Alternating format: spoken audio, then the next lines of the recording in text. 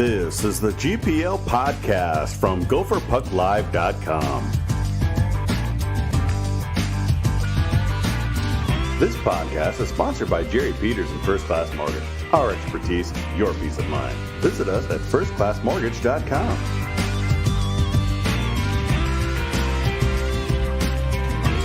Now let's start the show with your hosts, Jupiter and Vigo.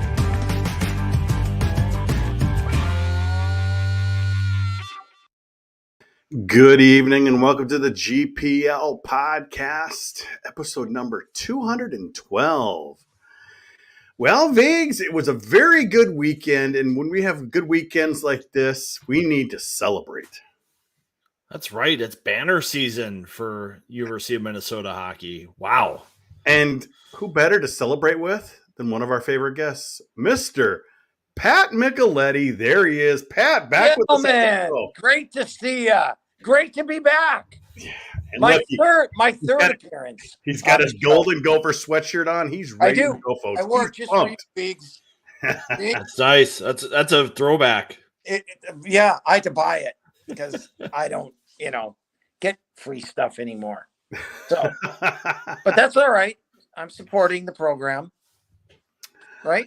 Well, yeah, you are, right. And it's a great time too because it is.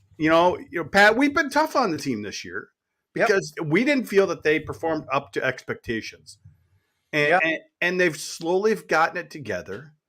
And it's possible that maybe even having the Olympians gone and LaFontaine leaving brought them together even more recently because they won the entire month of February. I think you have to hit adversity before you, start your way up. When I looked at the year, and you guys too, with different teams throughout the country, and the transfer portal, and the guys getting another year, then you look at Minnesota, okay, and they had Pitlick, Lucius, Hughlin, Nyes. I'm probably missing somebody, but correct, feel free to jump in. But young guys, it takes a while to make that next jump. I don't care if you're a first round pick. I don't care if you weren't drafted.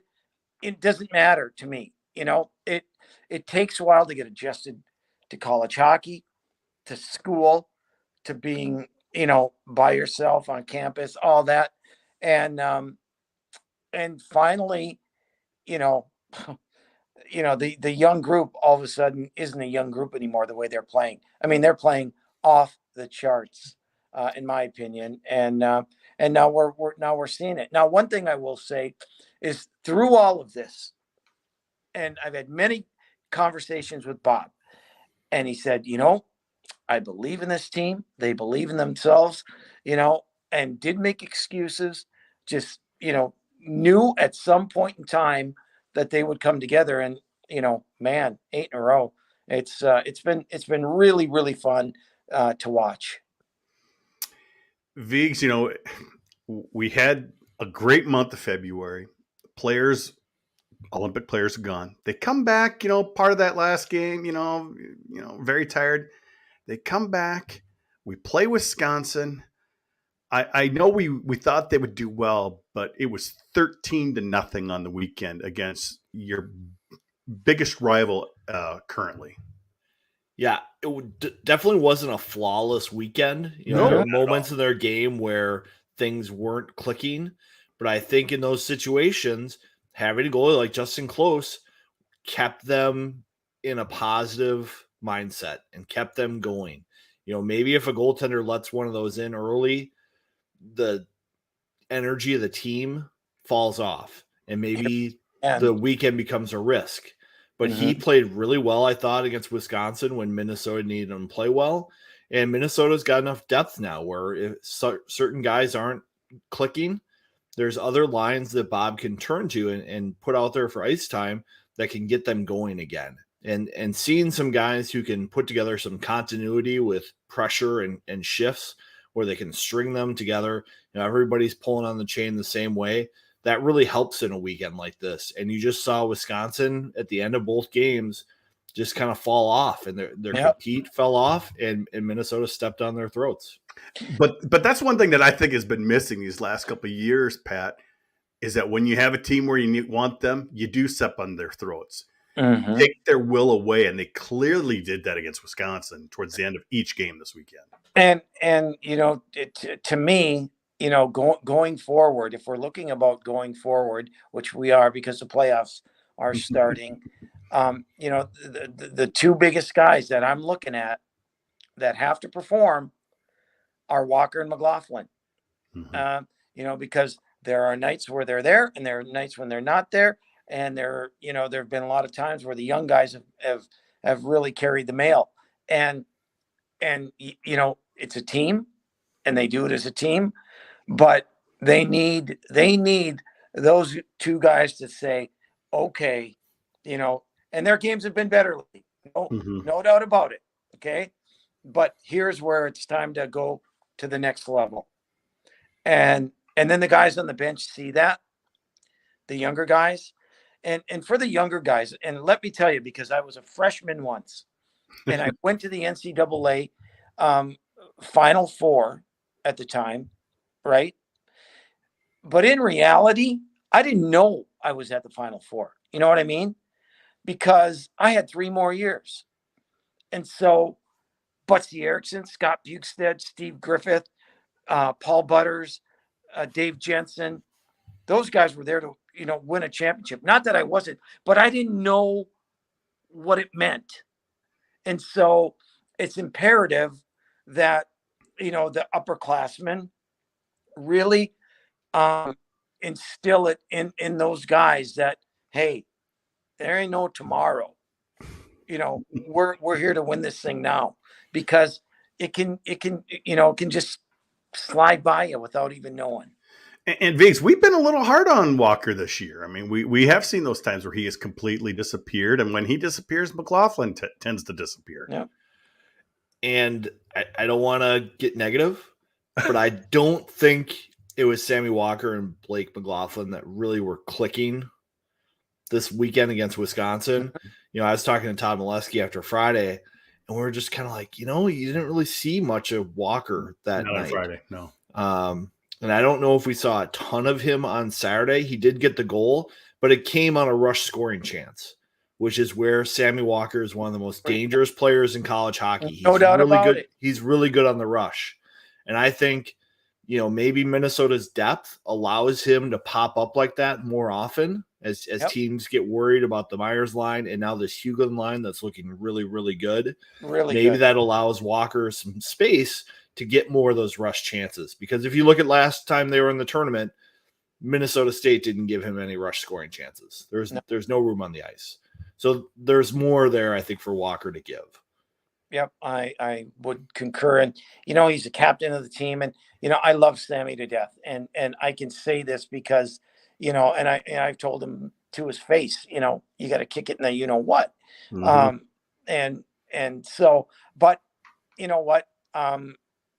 He can, that's the thing. And McLaughlin can be a wizard, and he loves to play the game. So I'm not worried about them. I'm just saying now is the time for those guys to really carry the mail in terms of, and it's not necessarily getting 2 goals a night. Okay. Mm-hmm. It's not, it's just, wow, what a shift. Let's follow that up. Wow, what a shift. Because then Myers is up next, and then Hughlin is up next. And then all of a sudden that team is looking at you like, whew, so there's no breaks in the game. And I think they need to take the mindset of, wow, having a really good shift where you just put the pressure on the other team is just as good as getting that goal on the rush. Doubt. And they have to get that mindset into their heads as they get to this part of the season where, just have a good shift. That should be your focus. And here's the deal. Sammy with his speed, has got to be the first one in on the forecheck, right? Get in there and cause havoc. Be a pain in the what. And I again, listen, I'm not being negative. I'm literally praising him because I know he's there and he's done it. And I'm just saying, now is the time that, okay, let's shine and take this thing where we need to take it. And this kind of, our guy Mote, he says turnovers are his identity, unfortunately. And that's one thing you've kind of talked about this year, Vigs. First half of the season, Walker would try to do it on his own a lot of times. He'd get to the blue line, try to go through some guys, lose the puck. He might do this at the end of a shift. He's tired. He can't get back. If anything, this is kind of one thing that he has thought back. Okay, play smarter. If I play smarter, we're more successful. Yeah. And I think it's been better. I think the turnovers have been cut down quite a bit. Yep. And you're not seeing that as often, especially at his own blue line. Sometimes at the end of the shift, you wish there was just a little bit more puck management going on in the brain. But at the same time, when you've got the brain of an artist, it doesn't work in a percentage way all the time. So, it's a give and take with that. And that's why, Ryan Kay in here is, was talking, I think, about, playing with McLaughlin. That is a great advantage for Walker. And I'm sure you take that into the calculus when you're making plays out there. Yep. So, Vigs, Minnesota needed a little help this weekend. They got it from Notre Dame. Notre Dame sweeps Michigan on the season. I mean, there was a couple overtime wins in there, but they essentially beat Michigan 4 straight games, and that's the difference in the conference. Minnesota sweeps this weekend, wins it by 4, wins the Big Ten by 4 points, has a bye.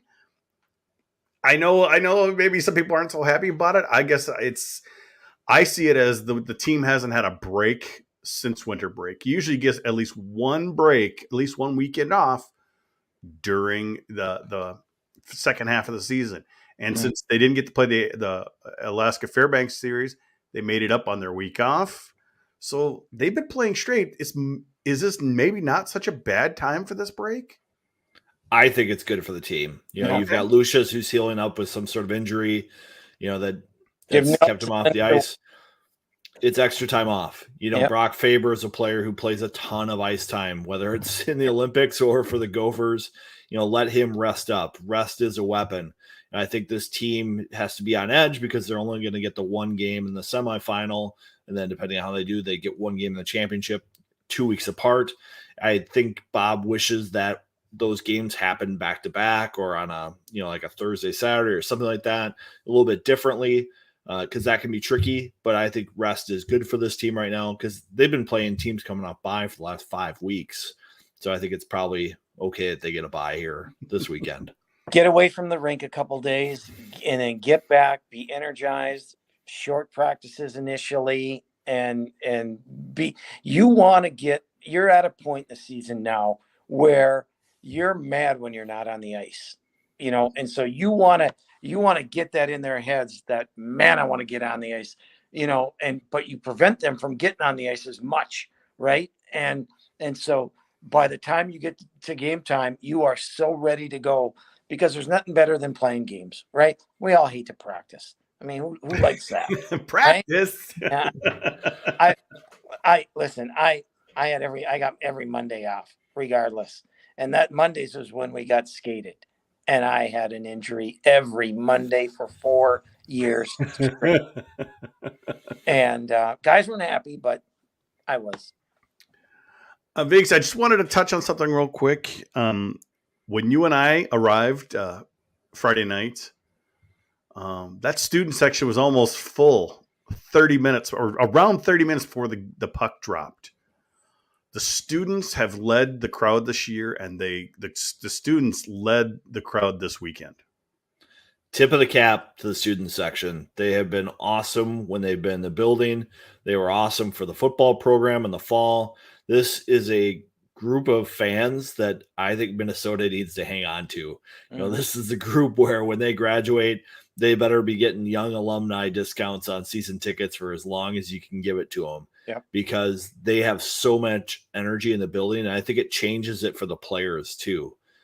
I don't think I've ever seen a student section that full as we did this week. I would guess that this is probably the largest student section ever for a Gopher hockey game, besides maybe the outdoor game, something like that. Because they had 3 full sections and they went into 2, the sections on the sides. They were 11, 15.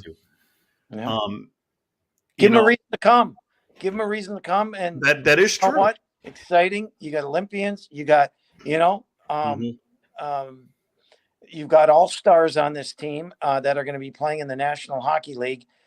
You have a reason to come now. And, we could do this for 8 more hours and, talk about the reasons why this, that, and the other thing. But the bottom line is, they've got a team that is pretty darn good and pretty fun to watch. And so, and they want to have a good time, the fan, when they come to a game, they want to be entertained, and this is a team that can entertain. And so, when you have that, they're going to come. Let's keep it going, students. Yeah. Keep showing up. I believe next week might be on spring break, Vigs. It might be. Which anyway. Which don't could go impact to, don't go to Key West. Yeah, don't go to Cabo. Don't go to Daytona Beach. You want to be in a hockey rink because this is your team, and you can play a factor. And I know that PJ Fleck has talked about this with football fans, is that those fans want to make an impact in the game. And I think they have the ability to, and I think it happens. Ask any player who plays, and the crowd is going crazy. It is, I mean, you want to talk about something that energizes you. It's unbelievable. I mean, that's why you play, because guess what? The players are there to entertain too, and they want to show off their wares, right? And it makes a big difference. Jacob says the next game will be coming back from spring break, but I'm just guessing a lot of students won't be back, that Saturday night. But hopefully they are. Get to the championship game, folks. It's only one game too. It is true. So championship game, or at least both those games, they have 5 sections of student tickets. So besides the 3, they're expanding 1 section on each side. Good. So, I mean, let's fill that thing up. And, if it's Ohio State or whoever, next Saturday, or Michigan or Notre Dame, the next one, let's go. The football program has had pretty good success with students coming back, even for that Thanksgiving week game. So I think if the fans have a reason to show up and they want to support this team, they will. So I don't know if the break is as much of an excuse as some people might make it out to be, because this team is on a roll and it seems to be having some momentum there. Yep. Agreed. All right. Well, before we get into a little bit more material, make sure, if you have questions for us, send us questions, through the YouTube chat or even on Facebook if you're watching on Facebook. But before we go any further, we need to hear from our sponsor. Yeah. Hey, fellow GPLers. Jerry Peters here from First Class Mortgage. Have you refinanced your home in the last 12 months? If you haven't, chances are you should. Record low interest rates and skyrocketing home values make this the perfect time to remove monthly PMI while improving your interest rate at the same time. You can also use the equity in your home to finance those home improvement projects. Or you can consolidate high interest rate credit cards into one new low monthly payment. To hear more, call or text me today at 612-940-3291. You can email me at jerry@firstclasscorp.com. Or you could go to firstclassmortgage.com to fill out a free online application. Mention the GPL podcast and receive a $300 closing cost credit. Some restrictions do apply. First Class Mortgage's NMLS number is 322842 -480200. This is not an agreement to lock into an interest rate under Minnesota law. First Class Mortgage is an equal housing lender. All right. Thank you, Jerry, for sponsoring the GPL podcast. Pat, I had a question sent to me on our message board. I thought I'd bring that up here. We've got a question for Pat from Magic. Who do you think is the best NCHC matchup for the Gophers in a regional? We got North Dakota, Denver, Western, Duluth, and St. Cloud. Who's the best kind of matchup for this Minnesota team? Who's the best team, or who do you think they would have? Who would they match up best against? I think that's what he's kind of asking. Yeah, you know what? I think a team like Western Michigan.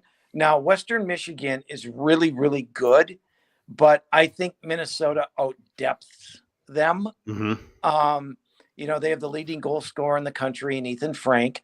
Ronnie Addard back on D is really good. A kid by the name of Joyu is really good. But they don't have, in my opinion, enough. All right. I mean, they've got two solid lines. Their third line is okay, and their fourth line is, it doesn't match up with what Minnesota has. So, I think a team like Western, who is really sneaky good, I think, but I think that would be a really good matchup. You know, Viggs, I'm looking at all the people putting their picks together for the NCAA tournament. And they've been putting Minnesota and North Dakota in a lot of these regionals. And I've noticed that not one person has put Western in with Michigan yet. I mean, the NCAA's got to put Western in with Michigan in that same regional, aren't they? Only if they have a sense of humor, which you never know. Yeah, they might have a sense of humor. You're right. I would love to see that. But the way the numbers are looking, if they go by chalk like they've done lately, it won't happen. But I'm still pulling for it. That would be interesting. It would be very, very interesting. I had a long talk with the Western head coach, Pat Ferschweiler, that will remain inside of me, for now. But it would be an interesting matchup. I think if they have any chance, they should try to put them in the same regional. I just really think they should do that. Yeah, I think it'd be great for college hockey too, to be quite honest. And hey, listen, people want to see Minnesota and North Dakota play too. They do. Yes. And, and congratulations to Bradbury on his extension. How he's done a fabulous job this year with what left the program and what he had to do to bring guys in. They surprised a lot of teams this year, to be quite honest. So okay, I'm done. Let me try a different layout here. Let's try this. There we go. Let's put Pat up on there. On the big screen there. I get this question from Mote Viggs. What can happen with Paramount? There's not many games left. Are we going to see much shifting around? I mean, there's room for shifting around if things start to go sideways for teams. You look at CHN, they've got that Monte Carlo simulation, and that's kind of my gold standard for what is possible for teams to move around. Like you can look at, UMD making the tournament with their ranking, but not having an above 500 record where they wouldn't qualify. That is a possibility in the simulations that go out there. And you have to remember with these Monte Carlo simulations, take into account, which teams are favored in matchups going forward when they calculate their percentages. So it's not just like raw percentages. It's, this has a chance of happen based on how that's playing out on their chart. So I think that's the best place to look. Minnesota can fall down to a 2 seed if they crash out for some reason. It's really hard for them to get ahead of Denver and Michigan at this point. They've pretty much got number 1 seeds locked up. Pat, I think the Loveland Regional is going to be the regional of death. I could see Denver moving to the highest number 2 seed. They're going to go to Loveland. No, Denver's going to be number 1. They have to be. It's right on the border right now. I mean, yeah, it is. But you know what? I think they'll take care of business and secure that. I really do. To be quite honest, of all the teams I've seen this year, as far as the collection of forwards, I would say Denver's at the top of the list.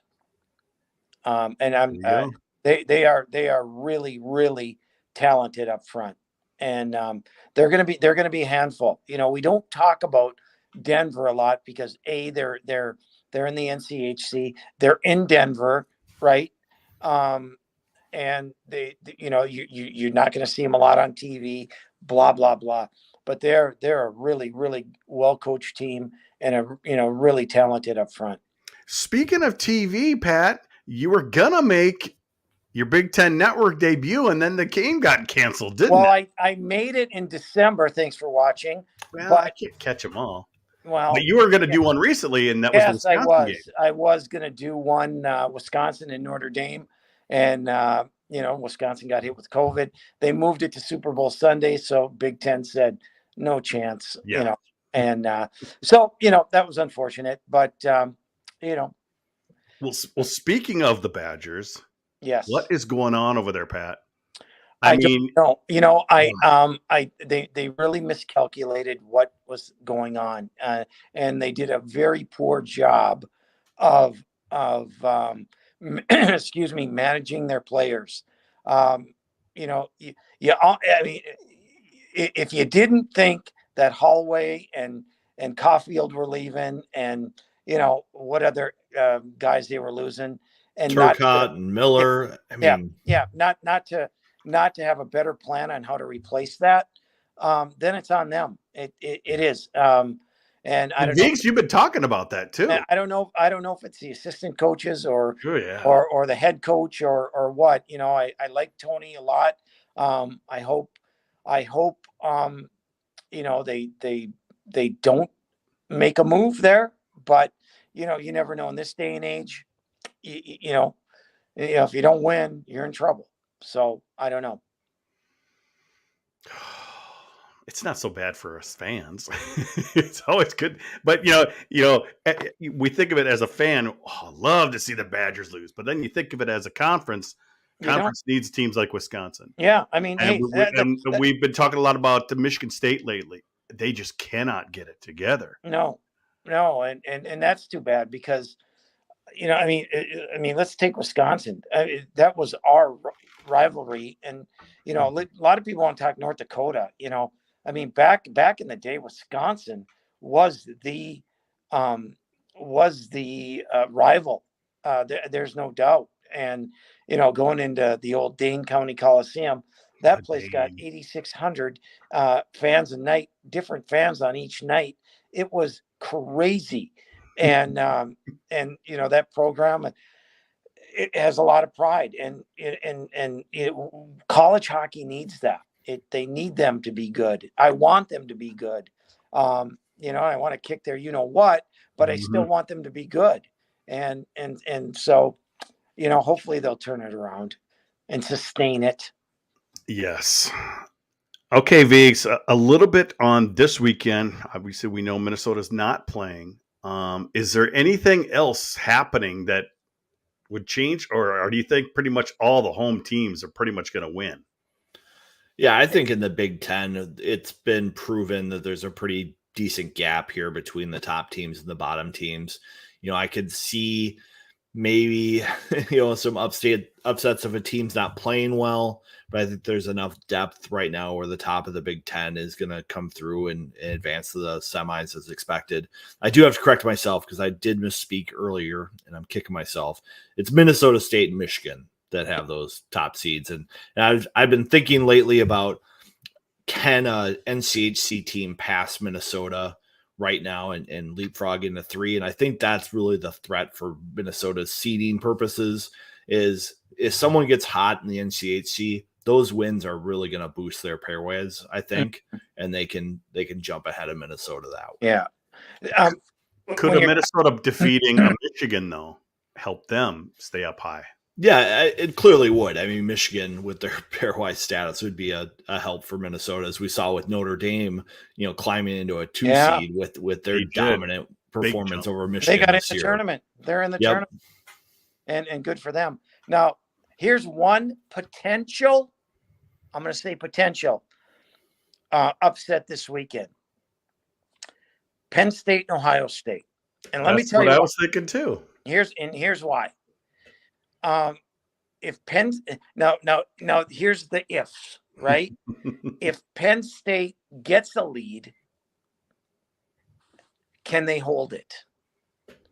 And if they are able to hold it, because let me tell you, you guys know this, and it's been a pattern with Ohio State all year. They get down and they've outscored their opponents, I think 32-14, 32-18 in the third period. And they've had a lot of comeback wins in the third period, but they're a slow starting team. And so, if Penn State can get a lead and then lock it down, they've got a shot. Now it's kind of a long shot, but they've got a shot. But it's not like Ohio State's an intimidating atmosphere. No, they're not. They've had more people there, but I think Viggs, I think Pat's right on this. I think Ohio State, they lost 4 straight games. Then you go to a week off. They're on the edge of the tournament now. So there's got to be a lot of nerves with them. So, you get behind, you lose game 1. It's do or die time for Ohio State because then their season is most likely over.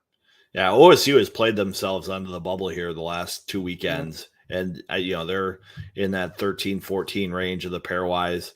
So they need wins and, losses. Even if they drop 1 game to Penn State, that could hurt their position because that's kind of a bad loss right now because Penn State is in the 20s.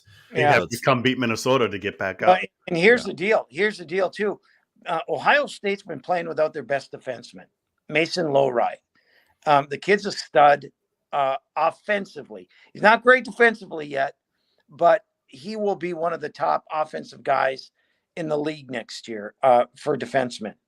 And he's been out. And, from what I've heard, it's still iffy if he's going to play this weekend. And if he doesn't play this weekend, they generate a lot of their offense from him. He's up in the play, he opens things up. And if you don't, and if they're built like that, well then, who's going to create that offense for him? You know what I mean? And they're built young too. Like they've been counting on their freshmen to lead them this year with scoring. And it's a long season for guys like that who are just getting into college hockey. So you kind of wonder if that's maybe an issue for them as well.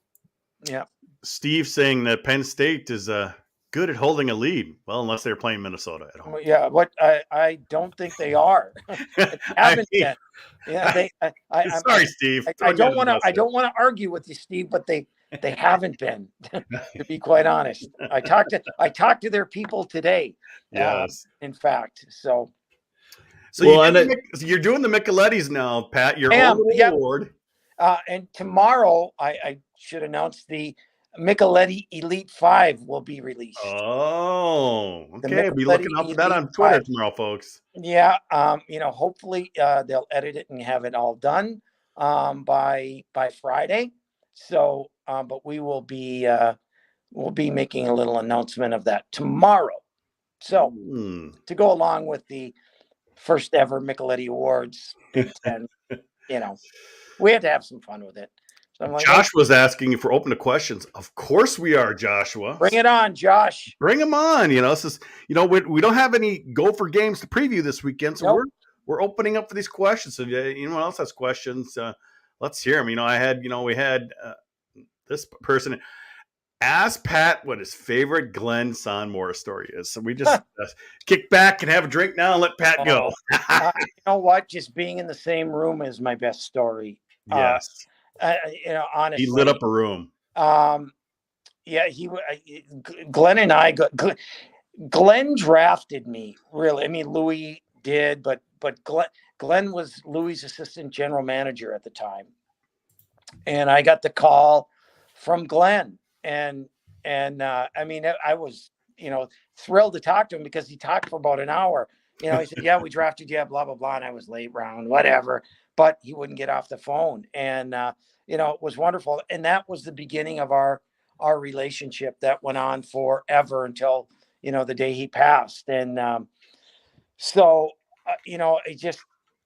he loved the game so much and he loved the Gophers so much that, it would just, there are a few people who love Gopher hockey more than Glenn. I mean, you can talk Louis, you can talk Mayasich, you can talk, all the guys, but I mean, that literally bled maroon and gold and it was Glenn.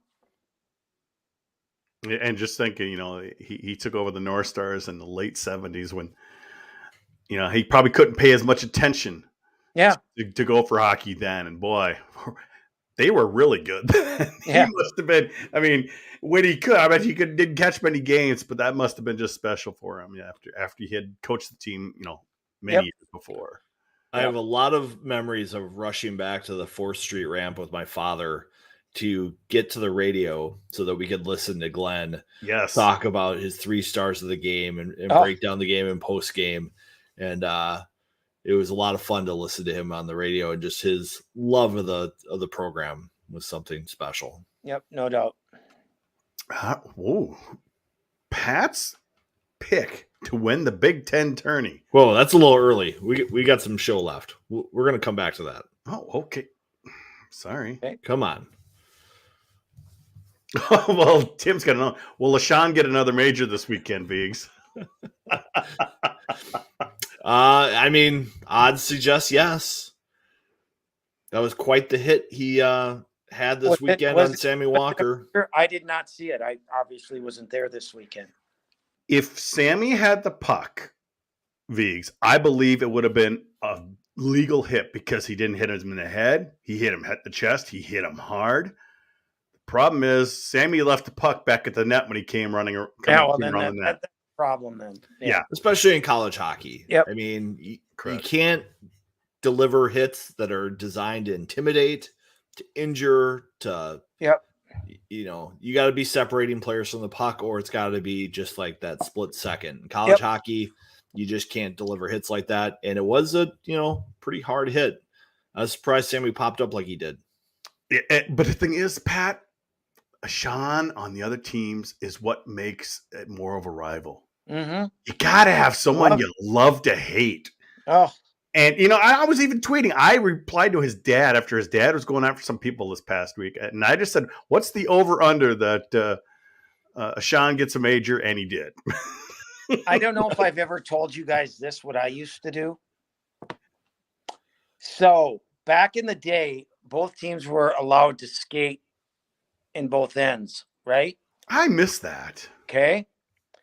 So what I used to do is I used to look at, because I always studied the other team's lineup, what number they were, what position.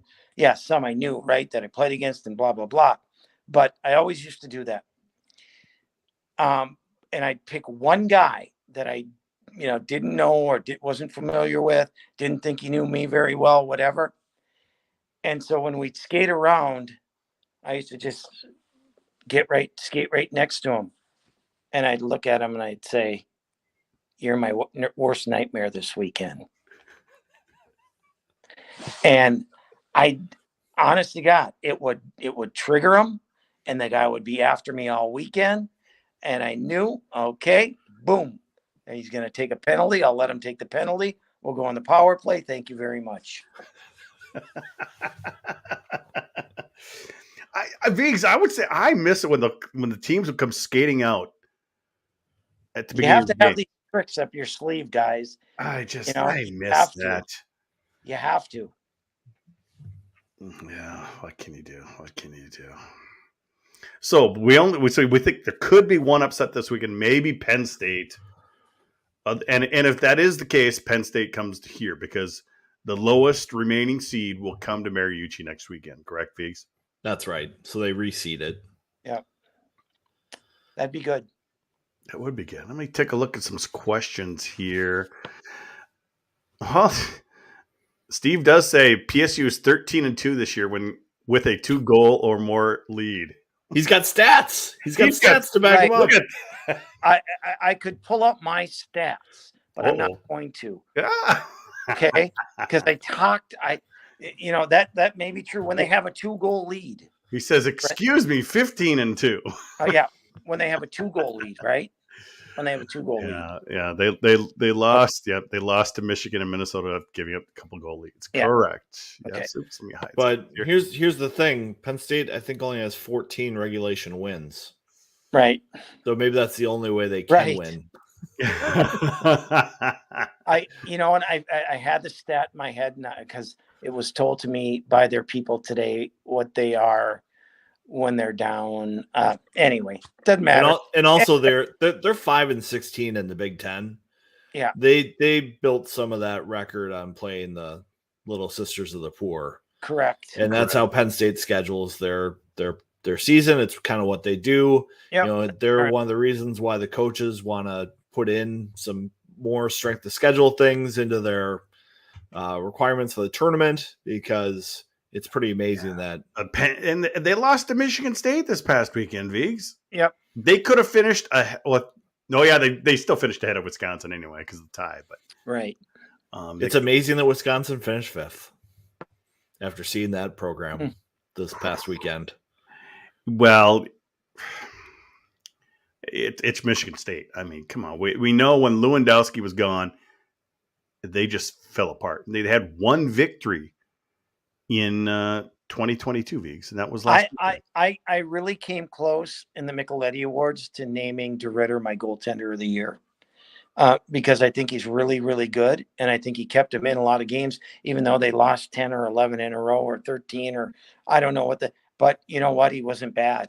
And he just doesn't have a lot of help. But he's a hell of a goaltender, in my opinion, anyway, so he was close. And in all these years, this is the 9th season of the Big Ten, Viggs. Michigan State still does not have a playoff win in the Big Ten. And that's just shocking. And that's 8 years because obviously we had the canceled playoff year. But right. It is shocking. I mean, they're a team that's, Pat, they're a team that's always kind of middle of the road for the most part. They don't really bottom out like they have these last few years. They're middle of the road, and then every once in a while they jump up and, every 10 or 15 years they win a national championship. But it's just been since the Big Ten, it's just been a struggle for them. Well, I'll take you back. I mean, they used to be a power. And Michigan was nothing. There was a time where Michigan hit rock bottom, and then they brought Red in. But before Red, they were not a very good program at all. They were back in the early 70s and through the 70s, but in the 80s they tanked. I mean, they were terrible. And then Red came and he turned things around.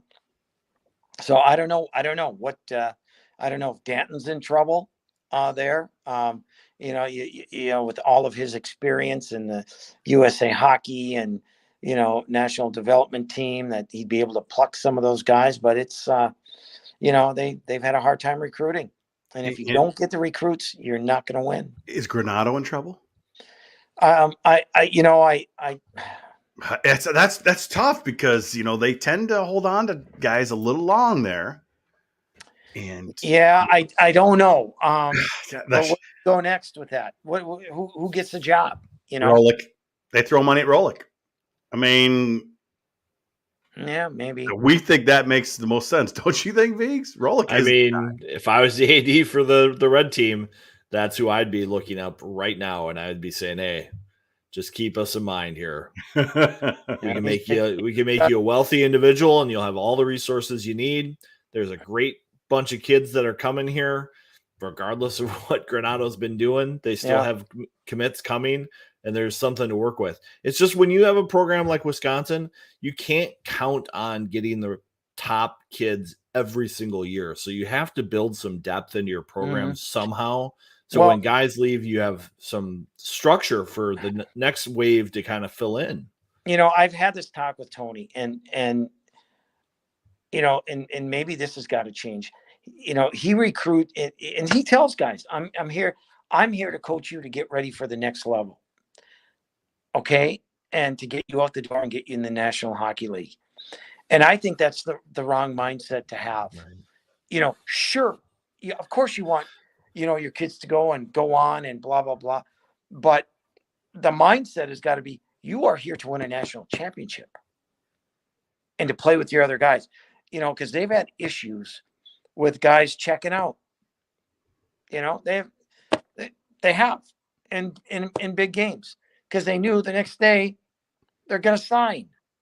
You can't have that mentality. Yes. You have to have the mentality of, you know what? I know it's there. But right now my goal is right here on this, on the front of my sweater. And we got to win a national championship. If you don't have the mindset, if you don't have everybody in, forget it. Winning hockey is development too. Yeah. Learning how to win is an important part of development. 100%. Just look at Edmonton. They have some of the best players in the world, but they're not winners. I could not agree more. And you have to learn how to win. You know, the easy ones, the hard ones, the ones when you're hurt, the ones when you're this or that, the other thing. There's no question. I mean, yeah, I'm with you. I see Jared Klein saying Todd posted that there are some fans that are getting restless in Buckyland. He's referring to Todd Micheletti. I read the article. Yeah, I mean, who wouldn't be, right? So does Tony think he can win doing what he's doing consistently? Well, I know he wants to get the players and develop them. You know, I think Bob's kind of seeing that too. It's like, I can get the best players that I can get, but is that really what I want to do to build a program? Does he think that that's the best way to win? Well, long term? I don't know. I don't know. I know that the message is, I'm here to get you to the National Hockey League. And if that's the message, that's the wrong message. And, I mean, look at how good, imagine this team. Now, a lot of teams can say this, but Keandre Miller would be there now. Caulfield would be there now. Holloway would be there now. Do you not think they're a different team with those guys in their lineup? I mean, for sure they are, but when you get guys like that, you're expecting them to leave. Like when Minnesota gets Logan Cooley, I don't expect him to be there for 3 years. If it is, it's a bonus. Well, yeah, but I get, but you get him for 2 years. I mean, we hope. He'll be here 2 years. Nyes will be here next year. Oh boy, I'm thinking Cooley coming in is kind of the thing that the only way Nyes goes, in my opinion, is if Toronto is such in a bad salary cap position, which they may be. Yeah, that they need a guy that's going to make $1 million. And is it worth it for a player to leave for just $1 million? Because a player like Nyes is going to make that $1 million the year down the road anyway. So do they want to give that up for that chance? Yeah, I mean, you got to take the minimum, right? I mean, that's your first contract, and so listen, we've seen it with players. Even though as good as Nyes is, it would benefit him to the nth degree coming back for one more year. It would benefit him because even watching the Olympics, I mean, it was boys against men. They handled themselves fine, but hey, ask Brock Faber when he got hit a few times, right? It was a different type of hit than it was him getting hit in college hockey. And Vig's even part of that is, one thing that the Don used to always say, before you go to the NHL, make sure you're dominating this league first. Yeah. Why any player, any player that leaves and hasn't dominated, good luck. We've seen it a lot, Vigs. We've seen a lot of players leave and takes them a while, or else they just disappear, Vigs. And they go back and forth to the AHL. Yep. Which is, it's pro hockey, but it's not Big Ten hockey in terms of conditioning, fitness, nutrition, travel. It's different. It's a lot of buses and some flights and things, but it's not chartered flights. It's a grind. And if you're not playing well, you're not going to be coddled. No. There's only 50 contracts for every NHL team. Every player I've talked to who has signed and gone down says, boy, do I wish I would have came back. Every player. I'm not kidding you. But the problem is they all think I'm different. Sure, but they're told that. That's just the nature. But they're told that too. Yes. There's a coach who told me he had a player, and I'm not going to name the team, and the player's thinking of signing. So what he did was he pulled out the lineup of that team, NHL team. And he said to his player, okay, tell me where you fit. Tell me where you're going to play in this lineup. And right there, the kid said, oh man, I guess I should come back. And, it's a conversation like that to bring, because we all have egos, and we all, think, oh man, look at how great I'm doing.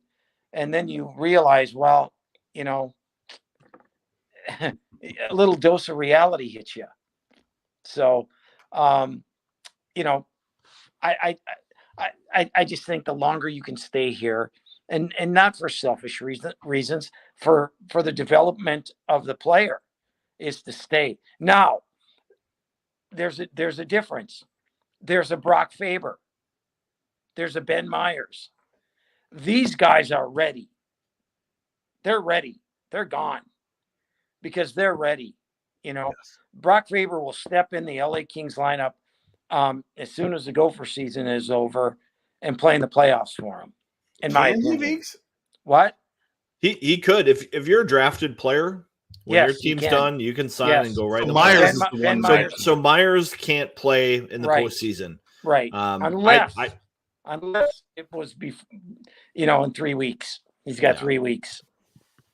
So, well, we hope that doesn't happen. No, it won't happen. But so, but there's no rush. Everyone thinks there's no rush to get there.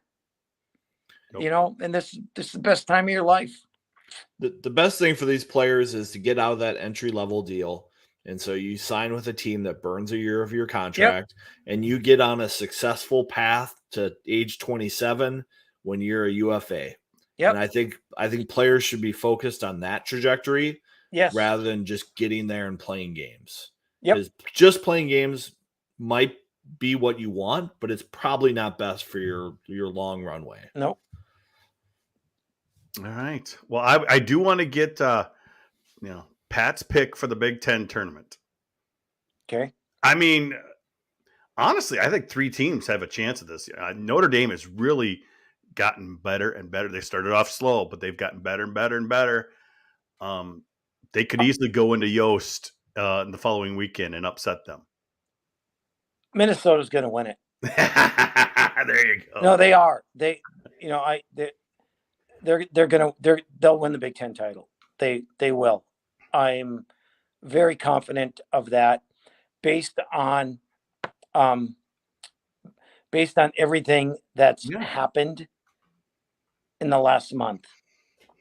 And I like that. And I think you've seen a team rally together. I think they've heard enough BS from people like us about why, what's wrong. You have all this talent, I think they love their goaltender. I think they play for him. I think they want to win for him. And I think, I just by seeing the maturity of the freshmen, which was a concern of mine. Tristan Brose, that's the name I forgot. As I didn't mention him earlier. Early in the year, I thought, okay, he's fine. He's fine. And all of a sudden, he's turned into a player. And I think guys understand their roles. And I'm thrilled with Jackson Lacombe. I think he has been an absolute stud the second half of the year. I don't know if there's any better D in the country than him in the second half. And there are a lot of good ones out there, and there's 4 on this team, but I think he has been phenomenal. And, I think they're in the right place right now. Okay. So that's my answer. I know it wasn't too long-winded, but you get my drift. Can you hang around for a little bit of overtime, Pat? Let's do overtime. I score big goals in overtime. Viggs, you have anything else for the regular episode here? I think just the biggest thing for me is seeing this team mature and be better in the second half. Brose, he was not a confident player. He made scared plays. Lacombe. He was a player who made panic plays, Oh, and he is not a panic player. So it was just No. so confounding to see that. And now he's playing to his strengths. He's skating to space. He's giving himself opportunities to make plays, and it's made all the difference. Yep. I just hope this team takes the next 2 weeks, works on that power play a little bit more, and figures that out. Whoa. I need 2 picks out of you guys. Well, I'm going to say Minnesota. Okay, Viggs, come on. We were probably going to save it till next week, but Oh, you were? yeah, we wanted to get your opinion. Yeah, okay, fine. Save them till next week. Minnesota's on a pretty hot stretch. I Right now, made so it. I made it easy for you. It's hard not to pick Minnesota right now in the tournament. I think we'll see chalk here though, and they'll have some tests here. Yeah, I like it. I like it. Well, Pat, thanks for coming on the show. Hey, it's great to be on with you guys. Always fun to have you on. We're going to make you more regular now. So, Well, you should. Been waiting. Oh, But that's all right. I get it. I know where I sit. We've got better technology now to have people on easier. Perfect. The way we used to have in the past. So it's kind of nice. Perfect. Well, definitely thank you, Pat, for coming on. You bet. And that's going to do it for this episode of the GPL podcast. Of course, we want to thank Pat Micheletti for coming on the show this week. We'll be back next week to kind of preview the Big Ten semifinals and see what all happens there. For those of you currently watching, stay tuned for a little bit of overtime. And then for the rest of you, we'll catch you next week on the GPL podcast.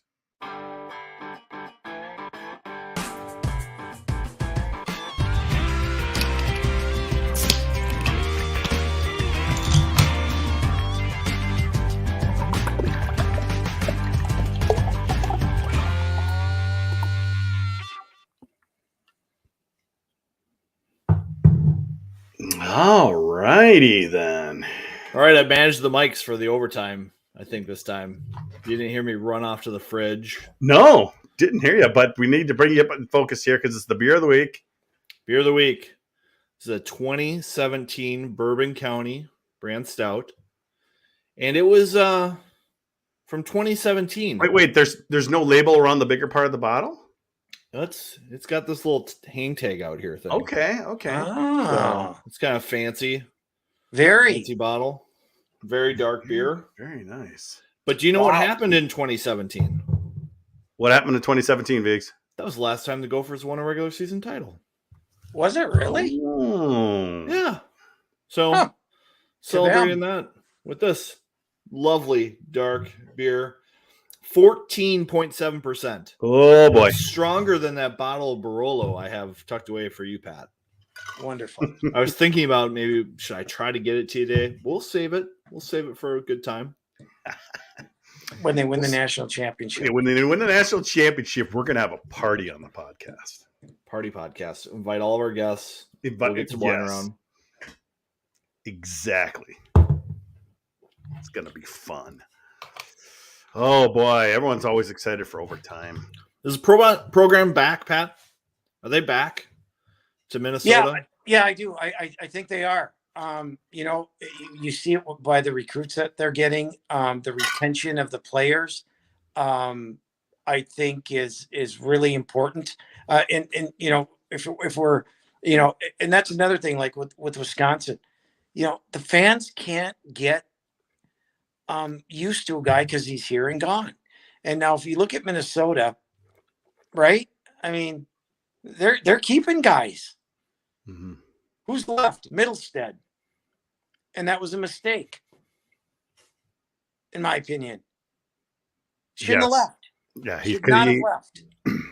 Even Ryan Lindgren, he's making it now. Yeah.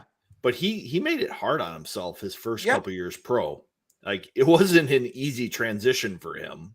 No, and he had, he's playing well now for the Rangers, but I thought, man, I thought it was a year early, but he was a different type of player too, right? He's not going to be, what he's going to be in the National Hockey League. Mm-hmm. He didn't have to improve his offensive game because he's never going to have an offensive game. Did I see it earlier? He took a shot off the knee right before the show. Yeah. Tonight. Well, he blocks more shots. he plays with Adam Fox. And so are you kidding me? He knows his role. He knows his role. But, but if you're a guy that's got to improve on your offense or whatever the case may be, it's a little different, and that's why I really thought Casey, as talented as he is, really could have used another year where he was, because he did not dominate his freshman year at all. And then, whether it was I don't know why, if it was Buffalo, if it was the agent, if it was, unhappiness, whatever. I don't know. I don't have the answer. But if I would have advised them, I would have said, go back. I mean, chance to play for Bob too. Yeah. Bob's a fun player to play for. And he wants you to play offense. And he played for Bob at the World Juniors. Right. And he was really good there. And maybe at that point, he said, I can play. But you're playing against the best Canadian juniors. You're not playing against Connor McDavid that you have to go up against not every night, but for example, McKinnon did, all the top centers.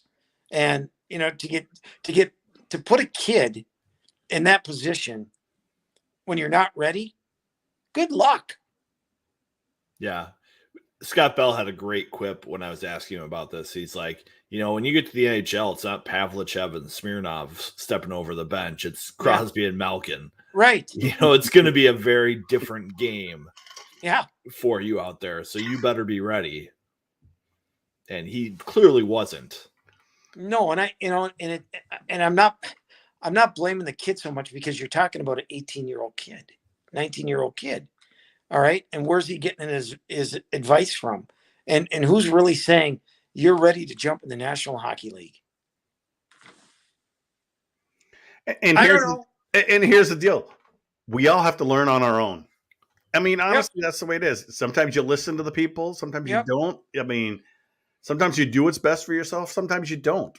This is all about life. We're all learning. We're all learning as we go along. Hey, I remember, and thank God, my junior year was really one of the first years that free agency came out in the National Hockey League, where they went after college guys. And I think I was second or third in the nation, right? In scoring, whatever. But that year, Adam Oates, Chris Shahaki, who played at Michigan Tech, a kid out of Illinois, Chicago Circle. I can't remember. What the heck was his name? Ray Stazak. Remember that name? Maybe not. Now you guys were too young. But Ray Stazak, Illinois, Chicago. I know the school. Yes. Yep. And all these guys were getting big dollars. So I'm thinking, okay, maybe I'll sign. Maybe I'll get decent offer from Louis. And he called me up and he said, if you want to sign, I'll sign you. They had my rights. They owned, there's nothing I could do because that rule wasn't in place. Right. But he said, you know what? Go back. Because guess what? I'm going to offer you the same exact number next year. So it doesn't matter what you do. I'm gonna. Here's what you're going to get. He didn't tell me what the number was. I didn't know. Mm-hmm. But that and it was the best move and best advice I got. And so I had a fun senior year at Minnesota. So. Like you said, everyone's different, but yeah. Our guy got Mote here. He says McDavid's the best player he's ever seen. Is he nuts? This kind of comes back to Viggs, though. The team he's on, they haven't learned to win yet. It's not like those Edmonton teams, with Gretzky and Messier and Coffey. They learned how to gel pretty quick and win games. This Edmonton team just hasn't gotten there yet. And I don't think it's all on McDavid that they're it's not winning. I mean, the guy is a phenomenal talent. Yes. He is a lot of fun to watch. Is there maybe something more there to help his team develop and prosper and win? maybe. I don't watch Edmonton that close, but I've seen some things there that make me question what's going on over there.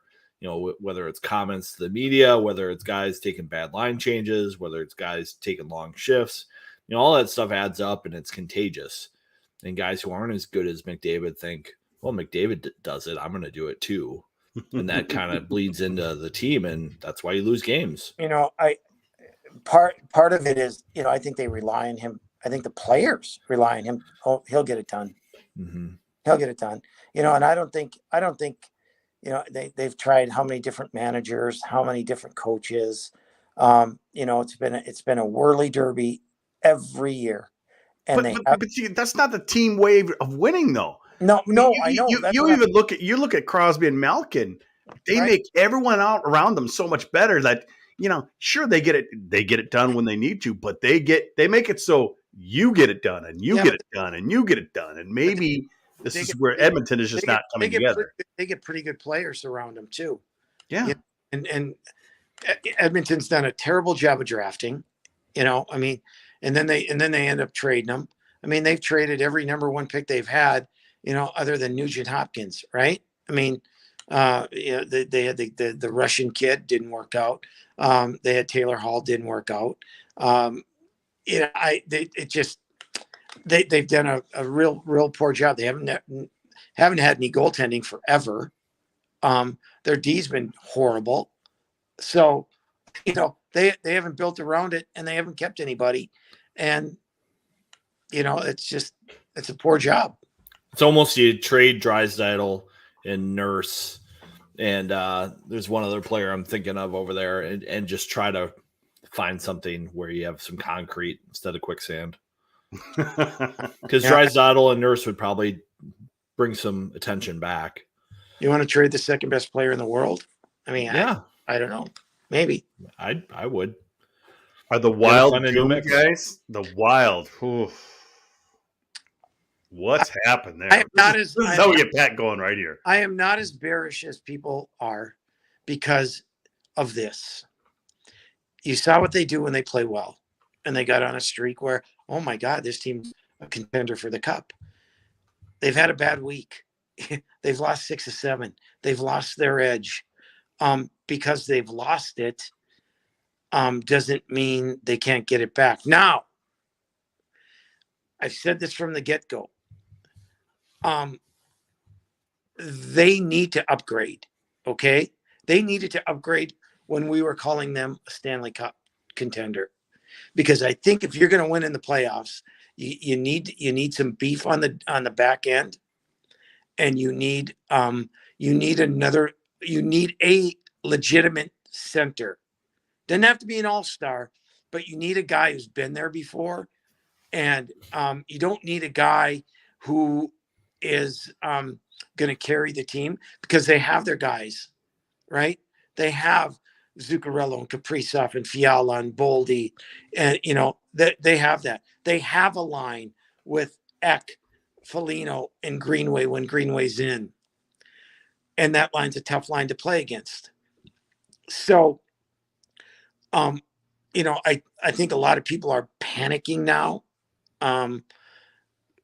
but it's the NHL. Okay.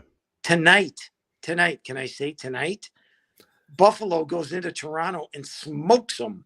Mm-hmm. All right, Toronto, right? A team that people are picking to maybe come out of the Eastern Conference. They get smoked at home. It's the NHL. Jacob saying here, the Wild are getting their rough street out of the way now.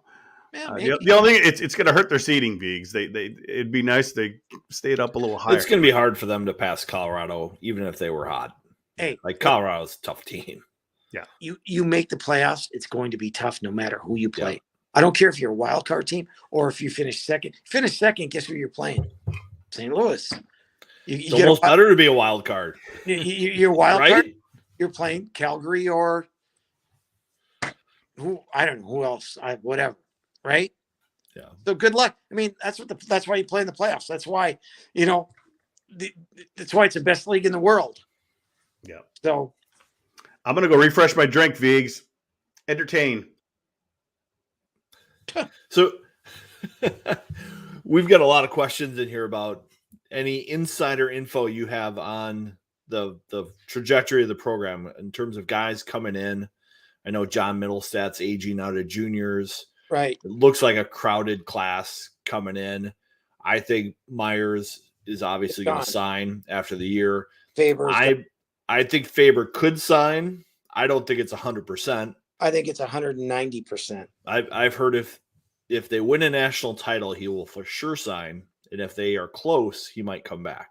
LA may say, you're in our lineup tonight against Vegas in the first round.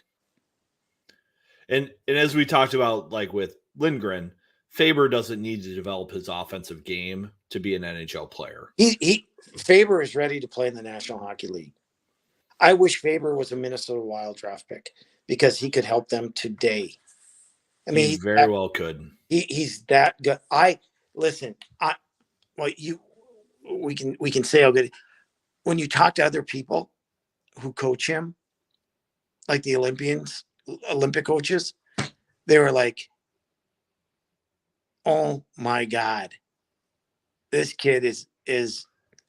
They couldn't take him off the ice. And the thing about his game that I find so impressive is how well he handles contact. Yeah. Which is kind of that transition from college to pro. It's like, how well do you deal with the bump and grind? You know, because when you get to the big boy hockey, checking from behind is kind of a uncalled thing. You're going to get hit every time you go on a puck retrieval. Yep. Faber is going to be ready to handle that. I think that's what separates him from any other player right now on the Gophers D-line. And knowing how to take that hit, right? And make a play. Not just get hit, but make a play. And make a play, right? And he can do that. And I think that's what separates Myers, too, is he's able to take hits and make plays. And Nyes, you know, those guys can bump and make smart, productive hockey plays consistently. When a coach looks at Ben Myers, and that's why he's coveted by so many NHL teams, they know they can trust him. They know you can trust him. There is a distinct feeling that I get, at least, when he jumps out on the ice compared to other guys on this Minnesota Gopher team stepping out on the ice. Mm-hmm. I get a sense of either something's going to happen good on the offensive side or something's going to happen good on the defensive side. And you just kind of breathe a sigh of relief. I do. Anyway. He's going to win his shift every time out. He wins the first Micheletti Player of the Year award. And we'll see tomorrow. But, yeah. I mean, I was having this argument with some guys, is Matty Beniers or Ben Myers the better player right now? And I wouldn't even compare them. But in terms of Player of the Year discussion, those are two of the players you're thinking about. Yep, they were 1 and 2. Mm-hmm. But when I'm looking at a guy, and here's what I base all of my, and I will base my team tomorrow on a certain pedigree. I mean, who do I want to play in every situation? Do I need it? Do I need to win a draw? Do I need a goal? Do I need a shutdown? Do I need whatever? And he was the guy. So, and taking nothing away from Matty Beniers, who will play in the National Hockey League next year. No, I mean, he's phenomenal player. But if I'm throwing a guy out there and I don't want to, breathe heavy, I'm throwing Ben Myers out there. I think if Bob throws out Ben against Matty, he's feeling pretty good. Yeah. Mm-hmm. No doubt. He has no worries about that matchup. Here's a kicker too. You got to look at the maturity level too. Maturity level in terms of, strength, brain, all of that. Where Beniers is still growing. Like Beniers is one of those guys who I think still could chase a shift too long, not having the clock in his brain going, hey, I need to make a play here that's smart to get off, to get the next guy to have momentum. I think Myers knows that kind of stuff and makes those kind of plays. I think, Beniers is still sort of like, I'm a creative, free-flowing player that's going to create something here, not a winning philosophy, a development philosophy. Right. And he'll get there. I mean, he's too good. He's too good.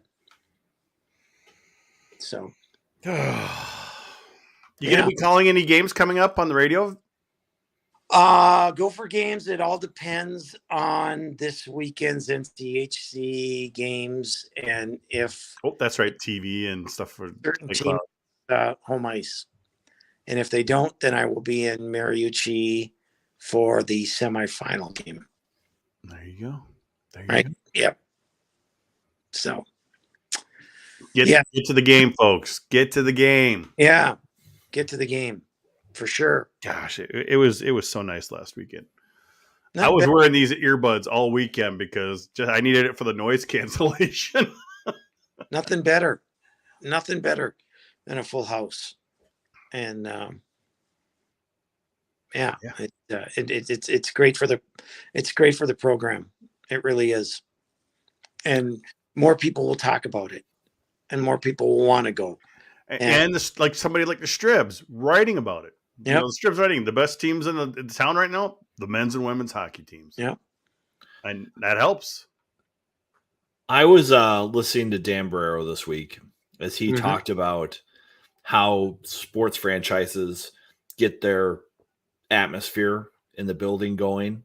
And he was kind of talking about, beautiful people seats, the club seats, the expensive seats, the ones that raise the most money versus like the blue collar fan that maybe brings more atmosphere. Definitely at Mariucci when the students are there brings more atmosphere.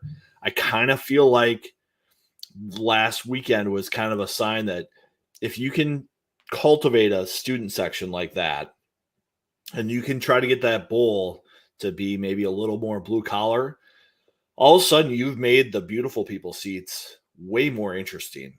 Like those suites that are kind of half full, that club room that's like 80% full, all of a sudden becomes a lot more attractive. Yeah. For people to go, wow, look at what's happening down in the bowl. Hey, I would Coliseum, it's.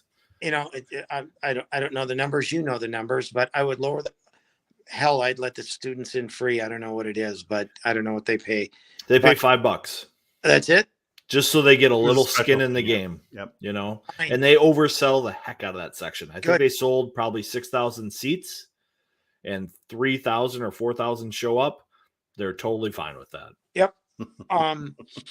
I would jack up the other prices for the beautiful people, because if they're spending 4,000, 5,000 is not going to hurt them.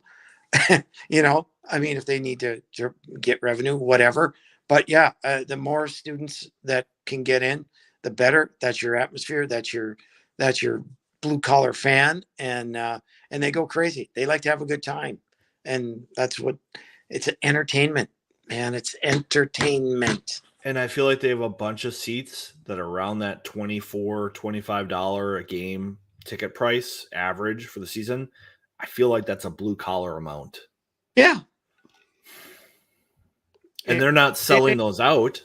But I feel like they should be. If the atmosphere gets back in the rink, I don't think they have any problem selling those tickets at that price. Nope. I don't either. And it may not get to the 10,000 a night, but that's okay. You get 7,000-8,000 in there. That's a damn good crowd. And it's a loud crowd, because that's a loud building. It is a loud building. When it gets going. Oh, yes. Huh. It is extremely loud. Yep. And, I was talking with Craig Floor with this after the game on Saturday. He says the building was not built to be quiet. No. That's why they have such a hard time with the acoustics and the speakers, because it was built to be that loud. Awful.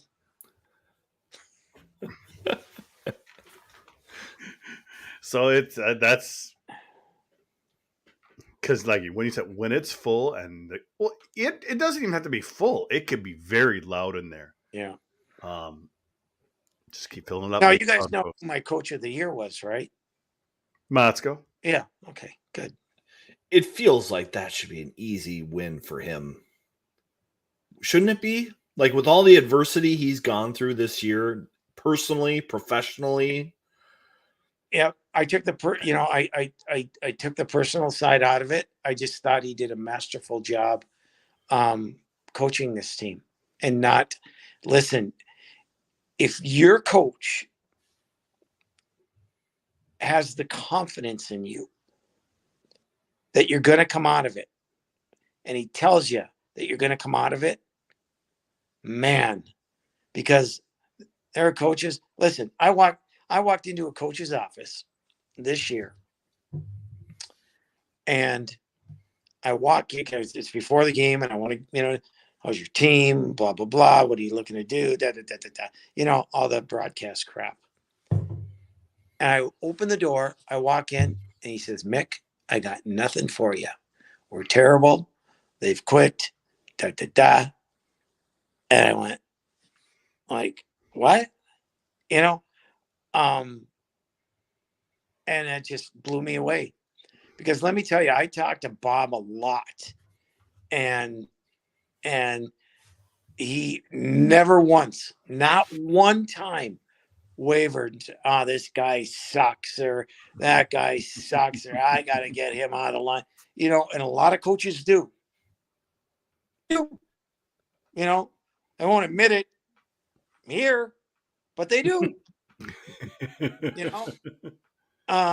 And I tell you what, he stuck with it. And I didn't know if because I named them before the series was right. That they could have finished second, but I still would have done it just because of that. And I think he deserved it.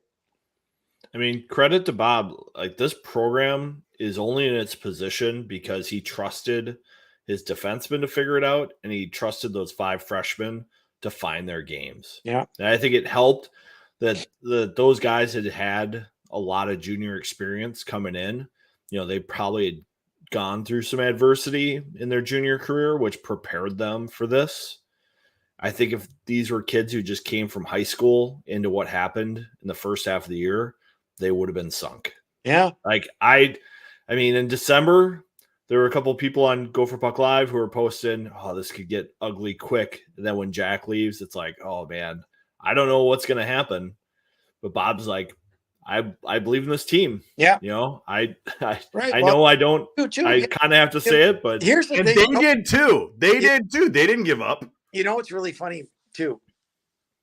And another credit to him is that there are times after games where, I'd give him my thoughts, right? Because I'm gonna. And he'd say, nope. I say, because I'd say, what the heck? I won't swear. What the, You can actually swear on here. You don't have to. Are you effing kidding me? He said, what are you talking about? He said, but here, and he'd correct me, and he'd tell me why, and he'd say, don't worry, la da da da da, for whatever reason. And I'm like, okay, and sure enough, he was right, whether it be 2 games later or 5 games later or whatever, and that's knowing your players. If you don't know your players and you don't know their mindset, then you're done. I mean, you don't know, then you're guessing. I know. And I'm guessing that he's probably getting more out of certain players by keeping them on the power play than the 5% bonus on conversion percentage if he took a player off of it. Yeah. And it's all about managing, right? It's all about managing the egos. And yep. I know I can't see it, and it frustrates the heck out of me because I have certain things I would like to see on the power play.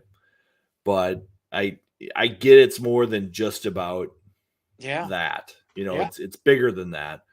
And it frustrates me. But oh well. I just hope they don't need their power play to come through for them in a key game in the tournament. Because I think they've sacrificed but productivity they're going to need their power play. So get over it. Okay. Ben Myers, your group is out there for all 2 minutes. Yeah. I hope they don't need it, but I know you're right. But that other unit is just not dangerous. Yeah. They're just not. Yeah. they can't win a draw to start a possession. And then when they have the puck, it sits on sticks too long.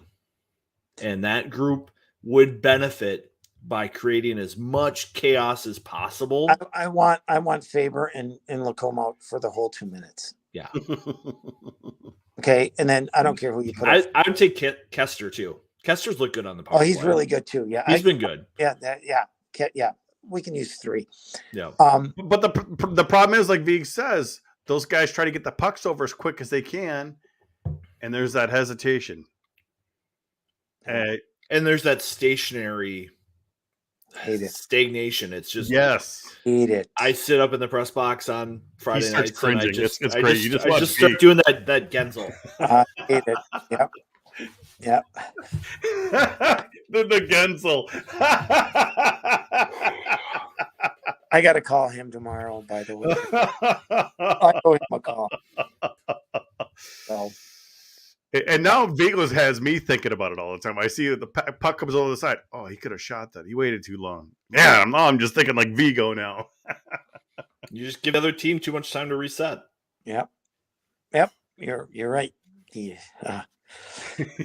And I've seen games where they get their first opportunity and it's like puck to the net, and they don't score, and so they just get away from it the next time out.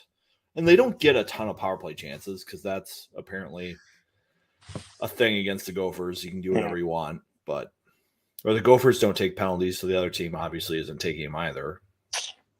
Right. Right. And then on the big ice as well, you can hide out on the hash marks. You can get lost. You get lost. Mm-hmm. It's a big rink. It's a really big rink. Yes. Here, my little bit of key for this team to succeed, and he's playing better. I still think Cruikshank could be a big deal coming down the end of the season here. He's scored more lately, and he's actually scored in a couple one-timers, Vigs.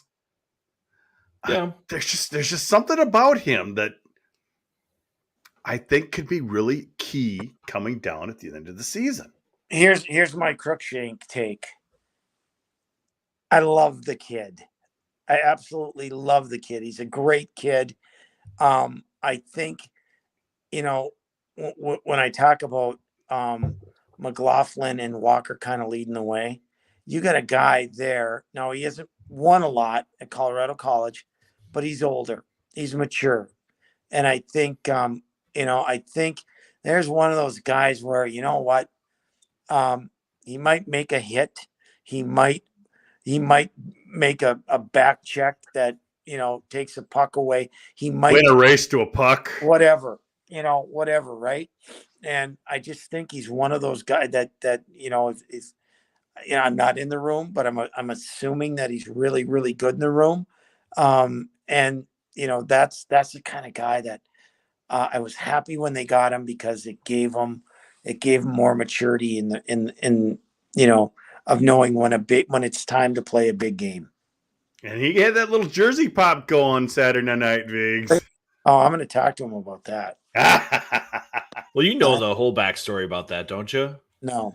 When Granato took over for Eves, Cruikshank was committed to Wisconsin, and Granato said, "I don't have the scholarship money you were promised. If you want to come to Wisconsin, you're going to have to take less." Yeah. And Grant's like, "Nope, going somewhere else then." Yep. I and then he wanted him respect back. that. And he wanted him back because it came down to Wisconsin and Minnesota. I think that's what the jersey pop was about too. Yeah. I can't believe it came down to Minnesota or Wisconsin for him after going through that. The only reason I would do that is if I really wanted to stick it to Granato and make him like eat his words and then say, "That's nice to hear. I'm going to Minnesota anyway." I don't know if he's that. Tell you what, he would have been Game of Thronesy, but tell you what, he would have been a good one in Wisconsin for 4 years. Yeah. And that would have helped their program. So it's a guy like that too. You let get away. Right. You have to have guys like that in your program. You got to know who you're recruiting to. You got to get and I always hit myself on the head when I say this because 99% are good kids. but getting the right kid, you got to get the right kid. You got to get that kid, and when I say good kid, I mean, when that this guy is committed to your program and everything that is involved with it. And it just, there's something about it. Some kids are not Wisconsin guys. Some are not Minnesota guys. Some are, you know what I mean? But you got to know. And I think that's where Bob is really good. He's not going to take Logan Cooley. Yeah. If he's not, I mean, no, he's a different animal, right? So you're probably knowing that he's a pretty good kid to get to where he's at in his game and stuff. But you also feel like you have the structure to bring him in too, right? He's not going to be able to run around like Middlestat did and not be held accountable by guys in the room. Right. I think when Middlestat was at the U, there were people who enabled him to do what he did and play the way he did and not grow the way he did. Right. Yeah, there's no doubt. No doubt. You can handle a couple, young, immature kids if you have enough people to help them along. Right. But if there's no structure like there is at Wisconsin right now, you're going to go whatever. Everyone's looking, what am I going to do in the middle of March here? Yep. Where are we going? Exactly. We going to Florida? We going to Cabo? Yep. What? Pat, does Mankato have what it takes to win it this year? Boy, they're good. But their competition right now has not been as good. Maybe not preparing them as well. Well, you saw them last year. They're not going to surprise you. They play a very, we hope so. They play a very, very structured game. They're heavy. They have one of the best forwards in the country, or maybe two. Naprovic is pretty good too. They're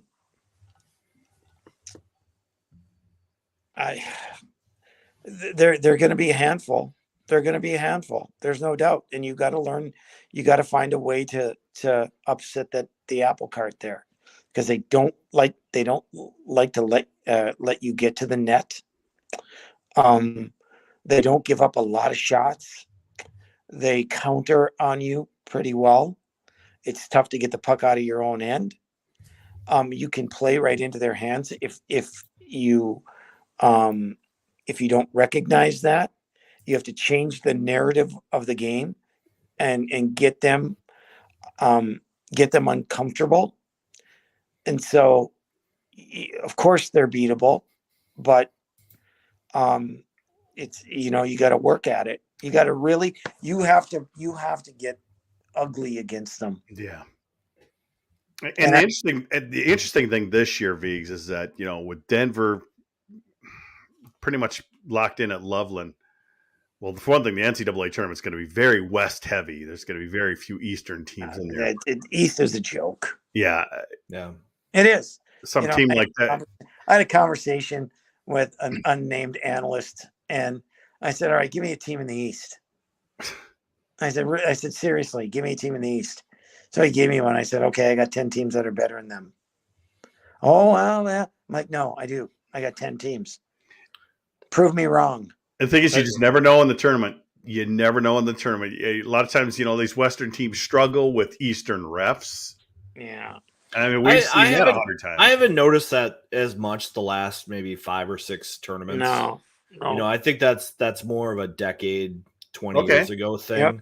And I think it's just, that is a bit of a crutch for us when we see games called that way. I think college hockey's gotten more consistent overall. Maybe it's just me. I've seen dumb penalties taken by Western teams that have put them in bad situations, but I don't think the calls were soft. Yeah. Yeah, because obviously everyone's going to be going out east. But I do look at Quinnipiac and I'm like, I wouldn't be scared if they were in I'd love the to see the Western team. I'd love to see Quinnipiac and Minnesota State play. Or no, I'd like to see Quinnipiac and UMD play. And I will tell you, people might fall asleep.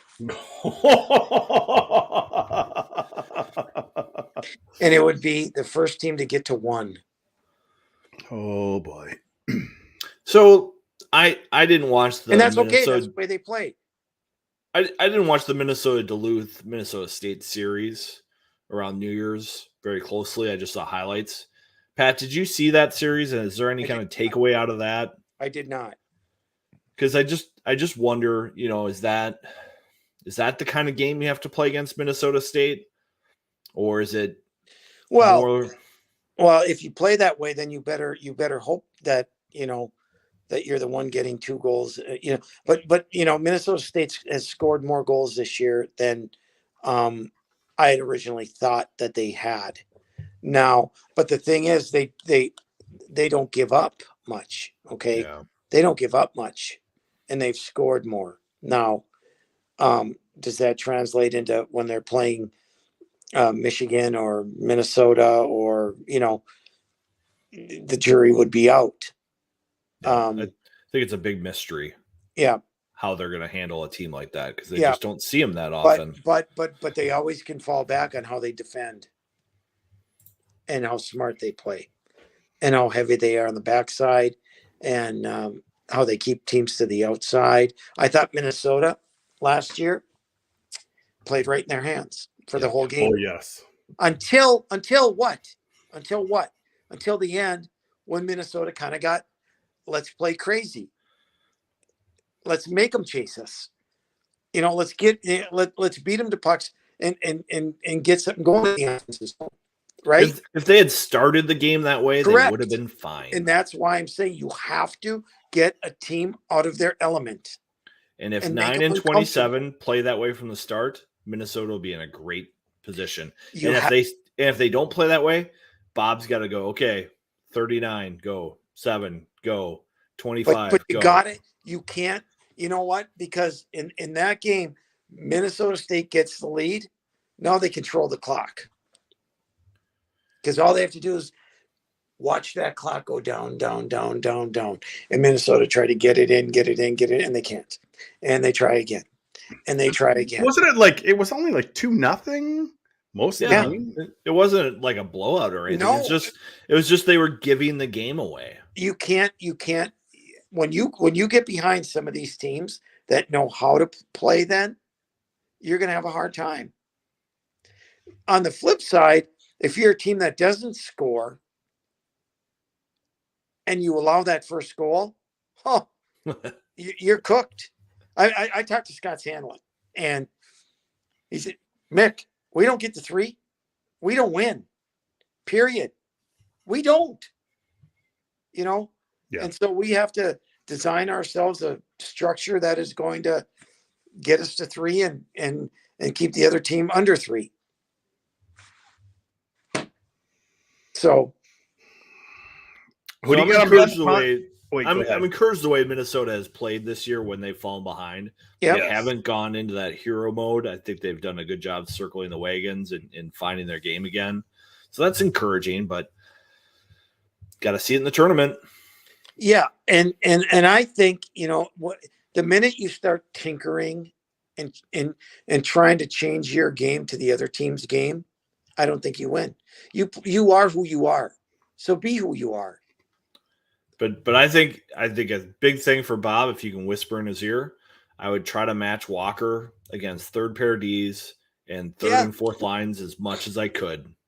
I would just be like, because your other lines are dangerous enough where if that's who starts, you can manipulate the line matchups to make 9 and 27 way better. Put it this way. Those were the shots in that Mankato game through 2 periods. With 9 shots on goal. Taking nothing away from Sampo Ranta, I'd rather have Matthew Nyes than him playing against in the NCAAs, because he'll take the puck to the net. He'll protect the puck. He'll blow people up. And that's what Beeks and I've been talking about kind of all year. One thing I love about Myers and Nyes, they protect the puck so well. Yeah. They're strong on the puck. And you rarely ever see Nyes fire a puck wide that clears the zone. Oh God! Like if he doesn't have a good shooting angle, he just takes it deep and gets the ground game going. Drives me crazy. Me too. Luckily, I have this long hair that doesn't get pulled out. Crazy.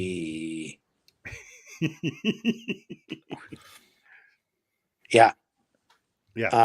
In fact, Doug Woog's first year, we were doing these drills, right? And no goalie. And if we missed the net, we were down for 20. And, you just got to think, you got to hit the net, and you can't hit the freaking net and there's not a goalie in there. What do you 20?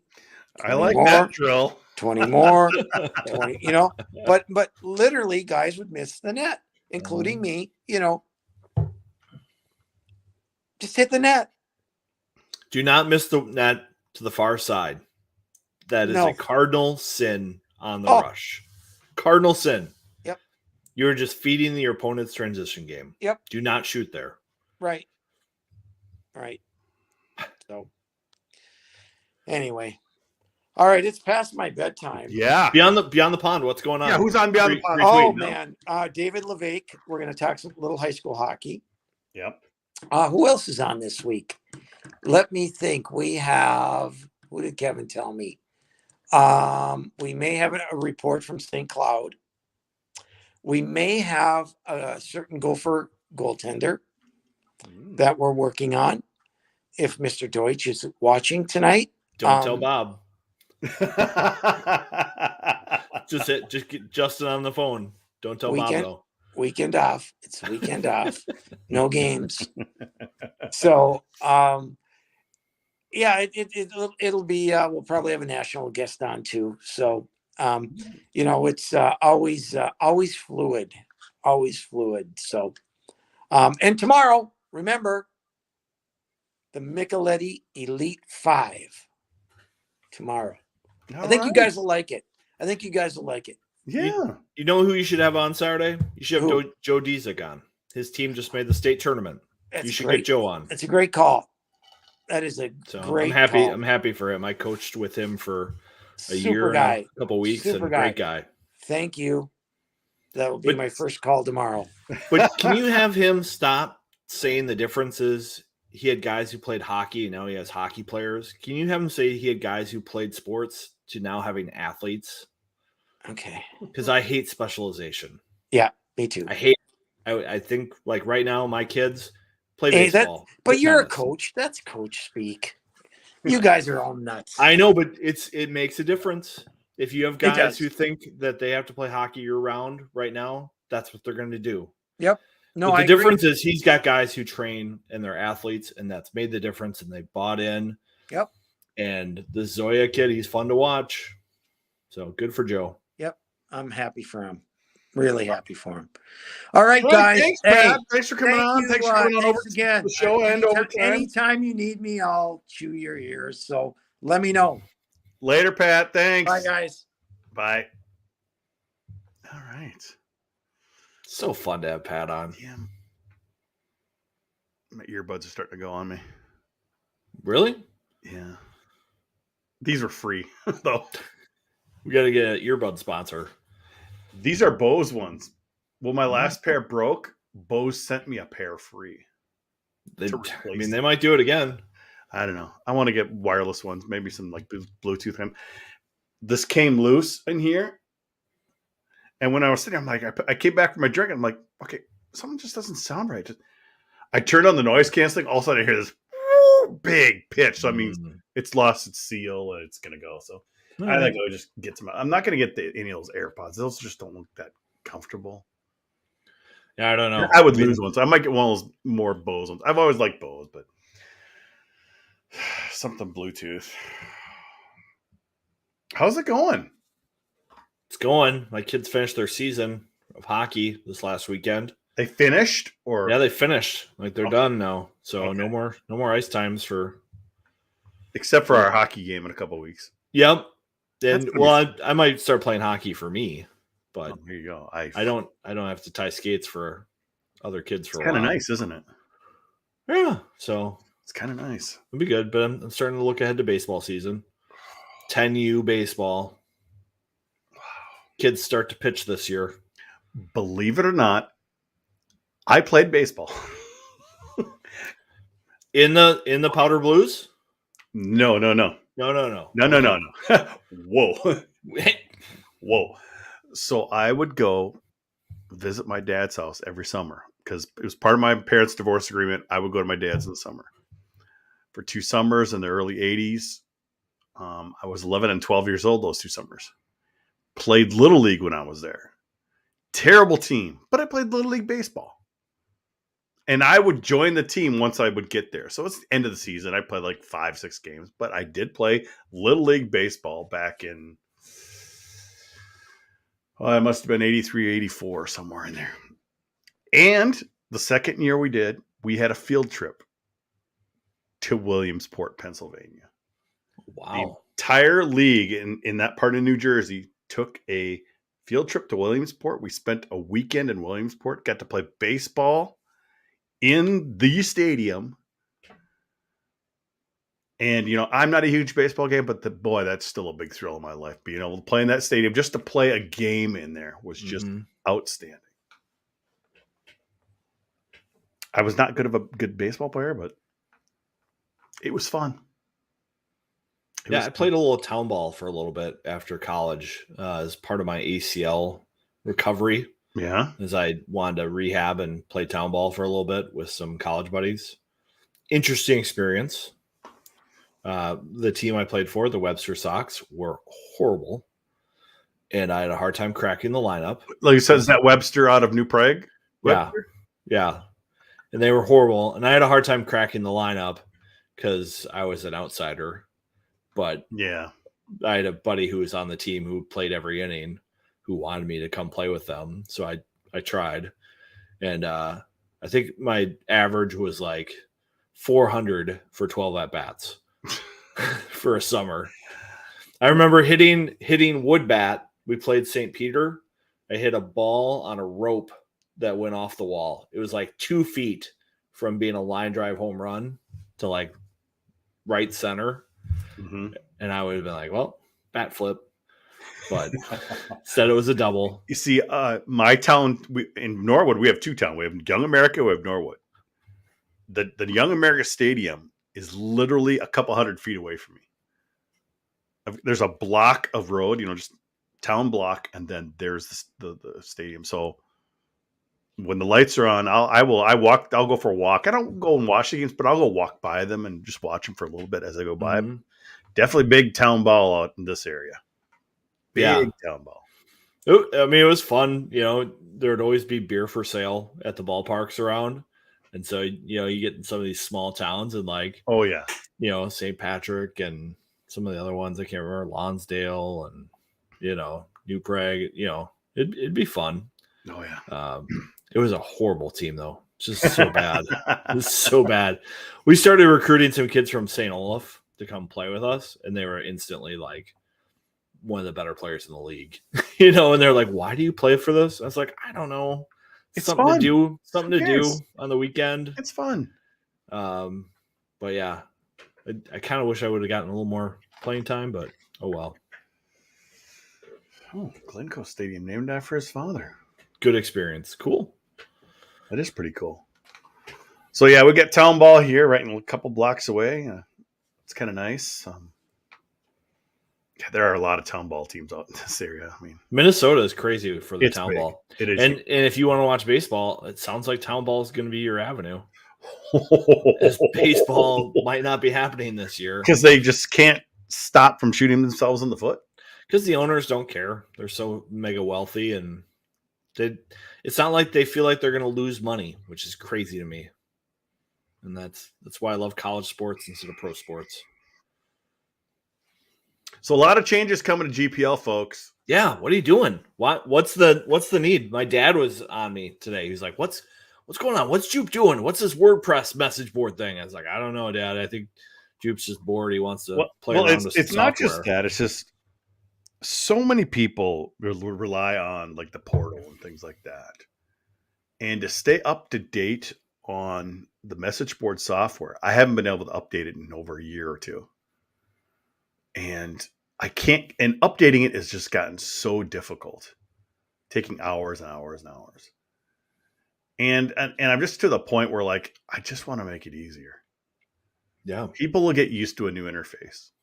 I'll be able to integrate the message board with the whole entire site. So I can, if someone wants to, they could just go comment on your article with their login, Vigs.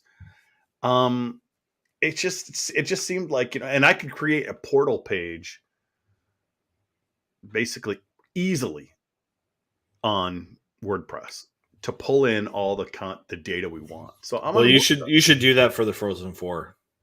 Don't even test it. Just go with it when the Gophers make the Frozen 4 and just see what happens. Turn off the registrations and mess with the board. And I don't. Well, the one thing I'm doing right now is if you've noticed, WordPress has gotten a lot better since we've started using it. Right. They've got more blocks now. There's a lot of stuff you can custom do. I mean, I've been using that WP Bakery builder for a long time on a lot of the pages. But now there's builders out there that have the WordPress interface that just work.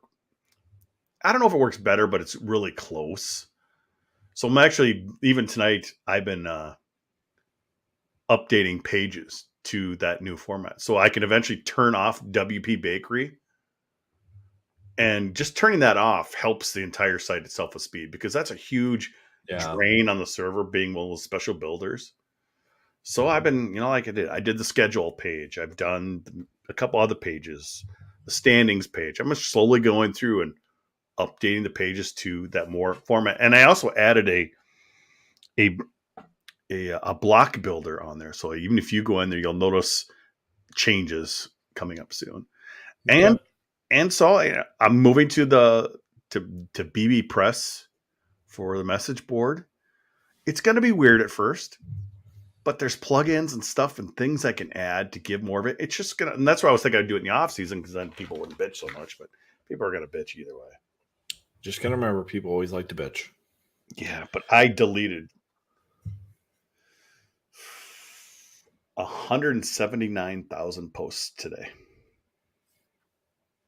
Some of those threads were going back to 2005. I know. Every once in a while, I would log in under my writer account instead of my board account. Yeah. And I would click on a thread and be like, oh my God, there's 110 pages of this. Mm-hmm. Yeah. And I was looking, and one thing that's even easier too, if I merge those together, I don't know how many posts you have from your Vigo accounts anymore, or is it eVigo? I think it's eVigo. I think it's Eric Vigo and Vigo, maybe. I'm not sure. No, I think it's just Vigo. I think it's one's eVigo and one's just Vigo. Yeah. Vigo has all the posts. The other one had like 600 posts. I don't know how many are still active. Okay. What I'll do when I move it to WordPress, though, is I could delete eVigo, and I could just assign any of those things to Vigo. Okay. But the thing is, I won't have my variant anymore to get. Well, the thing is, you technically have 3 accounts. 2 message board accounts and 1 WordPress account. Oh, okay. So I'll bring in Vigo as its own account. And then if you wanted me to, I could merge that into Eric Vigo on WordPress. 2 accounts is fine. Because WordPress I use Craig, so I'll probably keep them separate myself. But I probably will merge the 2 message board accounts into 1. But I don't think you've really posted much from that other account. No, because I get confused about what works where and history and stuff. So once I get to the new board, I'll just merge them together. I like to be Eric Vigo when I write and Vigo when I post, I guess. I don't think the Don Vigo's on there posting too much. But yeah, the database size went from over 400 megs down to 116 megs.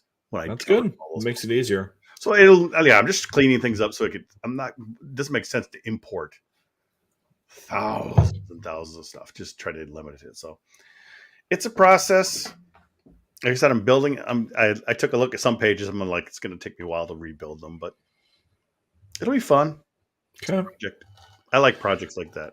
You're a project guy. It's good. Database cleanup is always good. Yes, it is. I should have done that with some of those threads a long time ago. Because some threads I kept that were long because they didn't have so many posts, but some posts, it's like, I went back to January of 2021. Any posts older than that, I'm sorry, people aren't going to have to care. Sorry. And Gone forever. I ended up splitting up like about 20 different threads that had like thousands and thousands of posts. Yeah. And just like I said, kept the last year plus. Yep. People Smart management. People don't like it too bad. So probably should have done it a long time ago. But you think you just let things run. But now I'm like, I've been using this message board software since 2003. Do you think it'll help the Google search stuff? It might. Because it might make, things that we write. It probably will. It probably will. More more attractive. Yeah, and just other things like just updating to the most recent version. It's just literally I do it, and you know how it is in WordPress. You do a click, it downloads the software, installs it, done. Yeah. I'm trying to work on a big story ahead of the NCAA tournament. I need some cooperation for some people to make it happen. So. Brian Deutsch. Well, it's not just Brian. So there's other people involved that need to help me do it. So yeah, of course. I don't know. We'll see where I stand on the good graces of Garrett Raboyne and Ben Gordon. And we'll see if Pat listens to you and gets Mr. Dietzick on the show. I would think that would be. What team does he coach? He coaches Minneapolis. So they're an A team then? They're an A team. Okay. So I haven't really been following high school hockey much in a while. Yeah, because of the free and reduced lunch number counting thing that they do. I think somehow Minneapolis is still an A team. It makes sense that they are, just based on the number of hockey players that are available to that program. What's their name? They don't have a name. They're just Minneapolis. Because Joe was like, I don't want guys identifying with Edison or Southwest or South or, okay, all the other North. I just want us to be Minneapolis hockey. And so that's kind of the decision he made. And then like the Storm, which is the South Minneapolis Association, they have their youth teams wear like the Cowboys and the Lakers and the Teddies and all that stuff. Washburn. Old as school. They grow up. Old school. And then the Titans here in North and Northeast Minneapolis. Not too many players from our association have made it to high school yet because it's somewhat newer. But it's where they're at right now. And they play Parade and they practice a lot at Northeast. But I think most of their games are at Parade. But it's cool for Joe. He's a good guy. Even though he doesn't love our Titans program as much as I wish he did. Because we're his neighborhood where he grew up. But I think he'd rather have all the kids playing for the Storm. But I want all the kids playing as close to their home as possible so they're not being driven around, but being driven to play hockey. Who should we do should we do a guest next week? Who should we do? I know Randy would want to come on. We probably could get Randy, couldn't we? Yeah. Yeah. Talk about how people care about the rules. Bowling. Because it's nice that he's back more full time once the Viking season's over. Yeah. But I think he'd want to be on. Okay. I'd still like to get some female perspective one of these years. I know. If Meg was working more games, Meg would be a good guess, I think. Yeah, but I think she was hoping to be ready for the Twins. Peach, Mark Barr. I don't know. Should we get Mark Barr on?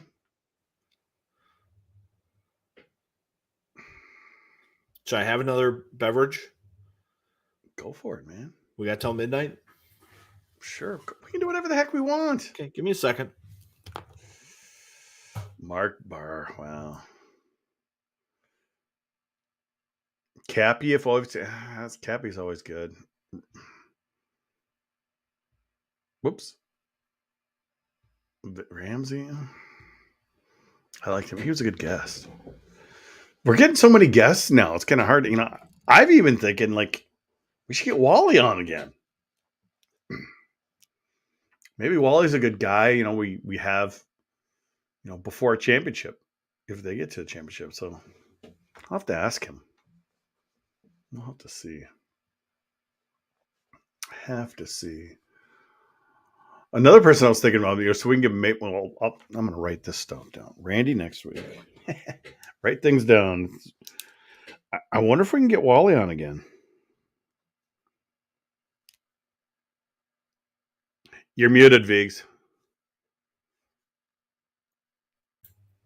This is called Little Shaky. It's from Falling Knife. Lovely Northeast Brewing Company beer. Drink fresh. Cheers. Yeah, so I'll send Randy a message if we can get him on next week, and maybe even Wally after that.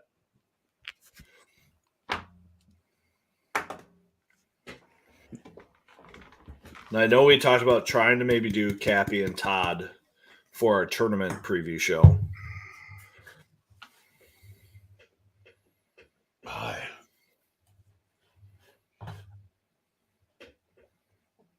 It's just the one thing is the Big Ten tournament's different this year. I mean, it's back to what it was supposed to be. I mean, last year was kind of nice when we were all at one place and it was just boom, boom, boom. Yeah, I kind of wish they were doing it that way. Bring them all to Mariucci. Why not, right? The only problem is the Olympic ice, maybe. Wham. Is Craig Floor watching, do you think? Craig Floor, are you watching? Send me a text. Tell us why the high school didn't do a section final at Mariucci this year, please, if you're watching. Inquiring minds want to know. Was it a Olympic ice thing? Was it a U scheduling thing? Was it availability of the building thing? I'm just curious.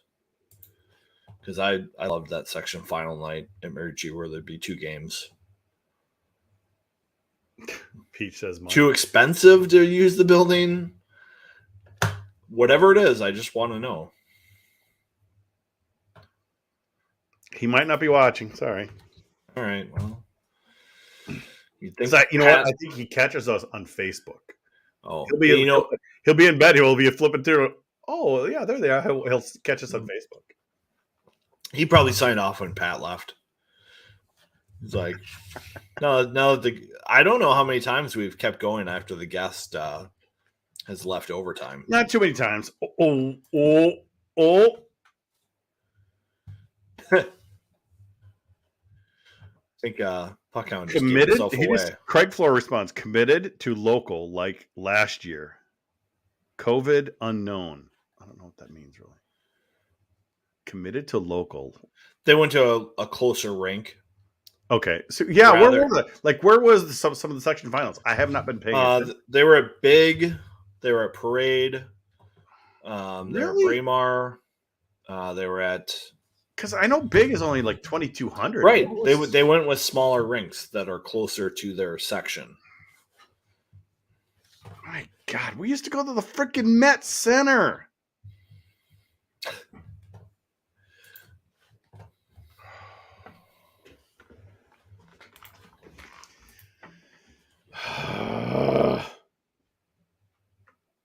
It's frustrating. It's not that frustrating though. It's like we're not going big time anymore, Viggs. I mean, come on. Like I said, back-to-back section finals at Met Center in the 80s. With people holding up the newspapers during the starting lineups? You are correct. I mean, what do you think I was doing in my youth? I was going to those games. Oh. I was at one of those games. And sitting by himself kind of in the corner. Jumping Jim Brunzell. The old wrestler. He loved just coming down to the Met Center and just watching those high school games. I don't know who he was rooting for, But there he was, Jim Brunzell, a little local legend. Yeah, some of those Mariucci finals were great. Yeah. Maybe not quite as obviously not as big as Met Center. I think Met Center was just nice because it was just it could hold the parking was great. Obviously the place is big. They could do 2 finals and not worry about people coming in and out. Yeah, and I think that was it wasn't like 15,000 people. It wasn't sold out, but it was a lot of people. But they could handle that. I think Mariucci is just not as good at that because they don't have the parking and everything's so close. When it was full.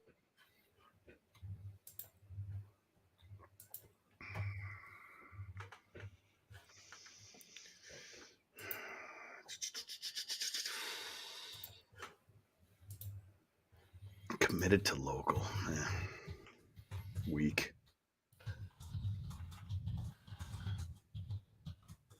Are there section finals tonight too?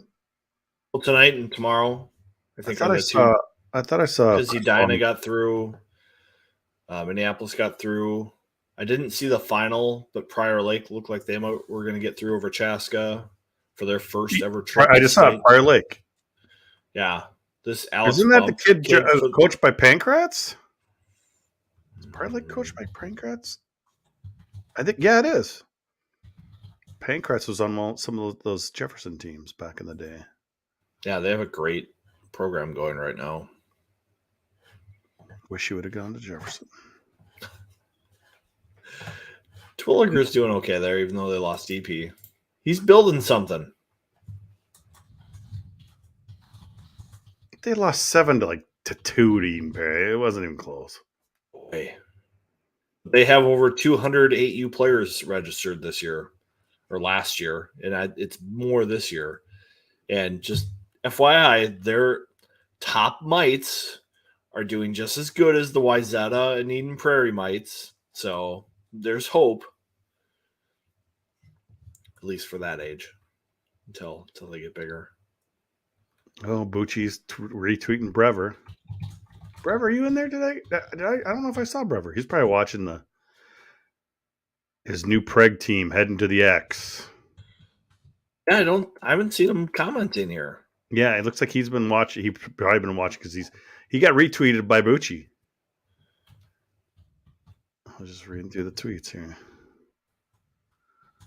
Yeah. Don't a lot of times though, so I don't think Edina's. They're probably not playing at Braemar. They probably went to Big, didn't they? That's what they've tended to do. I mean, I used to see that sometimes, when Jefferson was good, like that first round, Jefferson would be at Braemar and Edina would be at Big. Yeah. I'm just trying to switch it up.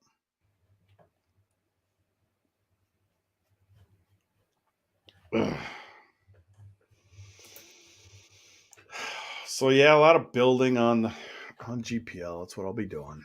SLP Rec Center held some finals too, which is a new one. Really? Then we still get some Aldrich, Roseville Arena. St. Cloud had some finals here. Elk River somehow is now hosting some finals. But yeah, big. Amsoil, of course. I don't know. I'm going to the tournament this year on Thursday. I'll be there for all 4 games. Really? It's been a while since I've made all 4. Jeez. My kids now at 7 and 9. They will excuse me from the house for the day. I have not been to a state tournament game since when, do you think? 92? 91? 89. 89. The start of the banners. Right? Well, it was their second one. They won in 81 as well. But oh, yeah. That one doesn't count. It does. I mean, it does, but it doesn't. Yeah. 89. Overtime winner. That's the last time I was at a state tournament game. Playing the drums out of your mind. Right? Getting interviewed. There's video. Yeah. Clear boards are still there. Civic Center. Mm-hmm. It was fun. Now I'm old. Now I just watch on TV. I'm looking forward to it. Sounds like it's going to be a good tournament this year. So, Puck Hound. I'm thinking that's Tomps these days. Yeah, I called that last You did. weekend. I'm pretty sure I'm right. You need to come up with something new, Puck Hound. Like, I don't know. Something with distance, usually. But yeah, I went to the 96 tournament, famous for a hockey game that went a long time. Mm-hmm. I was there for that. That was fun. Yeah. I was a high school junior back then with my teammates who never made it to a state tournament because we were not hockey players. We were guys who played hockey. He's too Hard to find, apparently. Well, maybe you have to go to a game and get one. Maybe volunteer to keep Or shop. do they not sell them like Mariucci doesn't sell Minnesota pucks? I saw a picture of a kid who went to a Chicago Blackhawks game. They like print the date and the game for practice pucks. So they must have a new batch of pucks for warm-ups every game? Warm-ups, really? Yeah. I would totally do that for the in-game pucks. That'd be great. Like when you flip a puck to a kid, he knows what game he got it from. I was like, wow.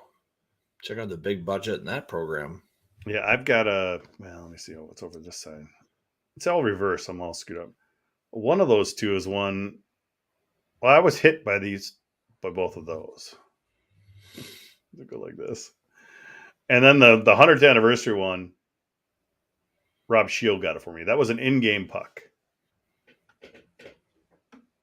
It was played and it was last season when they played Notre Dame. So, but all three are official pucks and were on the ice during a game. And obviously it's dumb GPL one there too. Not too many pucks up in the press box. Well, no. But I got hit with a puck this year. It was 100th anniversary or 100th and one. Hit in the face. Pitlick got me. What a bastard. But I gave it back to the game. Don't get a start. Why doesn't the U do a lot of things, Steve? The U does not seem to care about all these things or have the staff to handle it. It's it is what it is. When I would go to other arenas, I usually go there and get official pucks. My daughter's kept the collection for me, but she's got Mankato, North Dakota, Duluth, St. Cloud. She's got all those pucks of Wisconsin, I guess, too, when I went to games on the road. You start making more road trips next year? Actually, Rob Shield and I are thinking about driving out to Michigan. One of these days, I got to get to Yost. I've yet to travel that far east for a game. Yost would be. It's not really a bucket list, but it's like, really, I haven't been there yet, kind of thing. I'd like to see Notre Dame too. Rob's been to Notre Dame. He had a buddy who was working down there. Could get him in there, but I'd like to get to Yost. The only thing I worry about is tickets. Maybe hit up Deutsch. Hey, can we where are the parents? I mean, not all the parents are going to Michigan. There's got to be some tickets here. Yeah, there's got to be someone in there who's going to give up a couple seats. Don't need to be on the plane like Jess Myers. Don't need to be on the plane. Jess called drive. me on that last week too. What? You called me on that to Jess last week. Yep. I was like, oh, gosh, I know Jess is going to tweet a picture of the plane photo. Sure enough, as soon as he boards, he's like, got to get that photo out. Hats off to him. He was there when, they landed and they got the Cooley nose.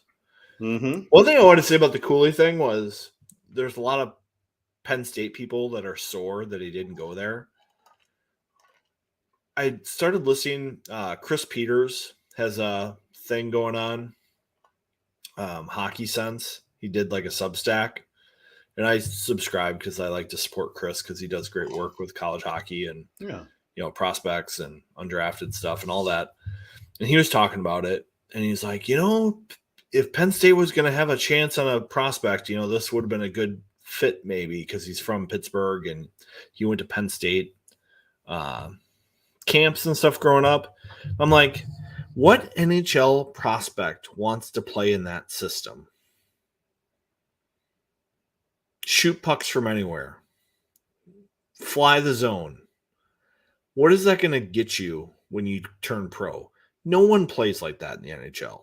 Mm-hmm. It works a little bit in college because it's unique, and two, it's like creates lots of offense and puts a lot of pressure on people.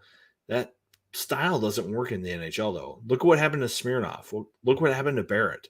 Those guys have not made it in the NHL. I was like, that's probably the number one reason more than anything why he didn't go there. He's like, yeah, Notre Dame, I'm not going to really develop because I'm going to have to play defense all 2 years I'm there. And if I go to Penn State, I'm going to fly the zone and not develop.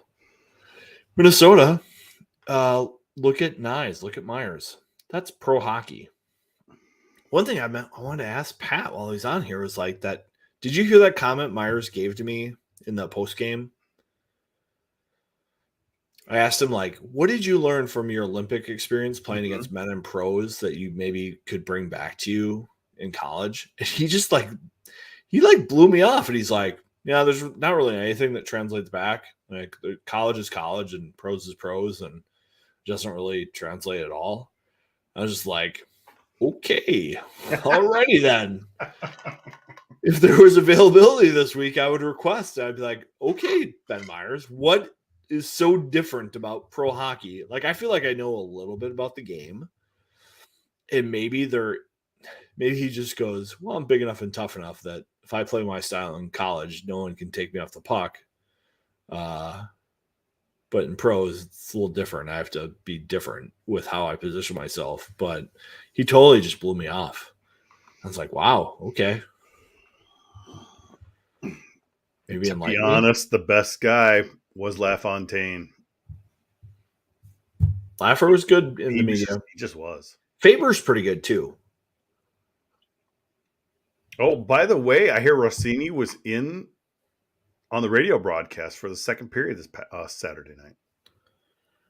He was on the radio? For the entire second period. You can go back and listen. So or one of the periods. I haven't gone back. Frank said he was really good. He might have a future in there. Uh-oh. Shearhorn getting Wally pipped by someone who's still on the roster. So yeah, he said I want to say second period. I wasn't listening Saturday, so did you listen? Not at that point. I swear he said the second period, but you can go to the Gopher Sports and you can get to archive games. When I'm really on my game, I go back and listen to the pregame and postgame if I missed it. Second period and early third, according to Steve there. Okay, I'll have to go back and look. It's somewhere in the Gopher Sports media. I'll do some quick browsing here, Jacob, and maybe post a link if I can get to it quick enough.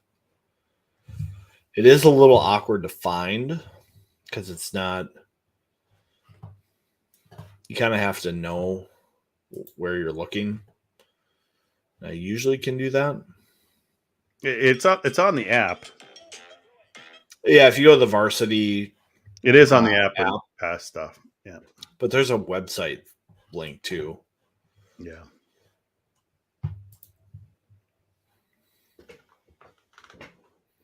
Ugh. The app is your best get. Go to that varsity app and get there. Yes.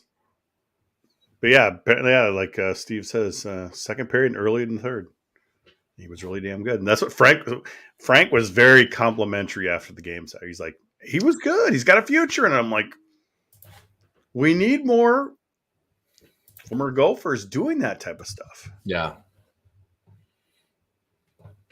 Well, there's the link. Varsity Network. Oh, by the way, if you just click the little arrow next to the comment, you could select just Facebook or just Yahoo. Or not. Oh, instead of all? Instead of all, yeah. Okay. Why is Twitter disabled? It's the one thing we can't get comments in or out. It's Okay. just the way it is. Because my brother, I think, was watching us on Twitter one night, and he was like commenting, and he's like, "Why did you ignore all my comments?" Yeah, they don't have the API to be able to do that yet. Okay. He was mad. They want to, but like I said, I'm very happy with this technology as it is. It's very good.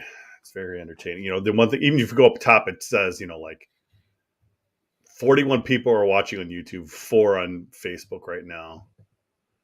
But who knows what Twitter is doing?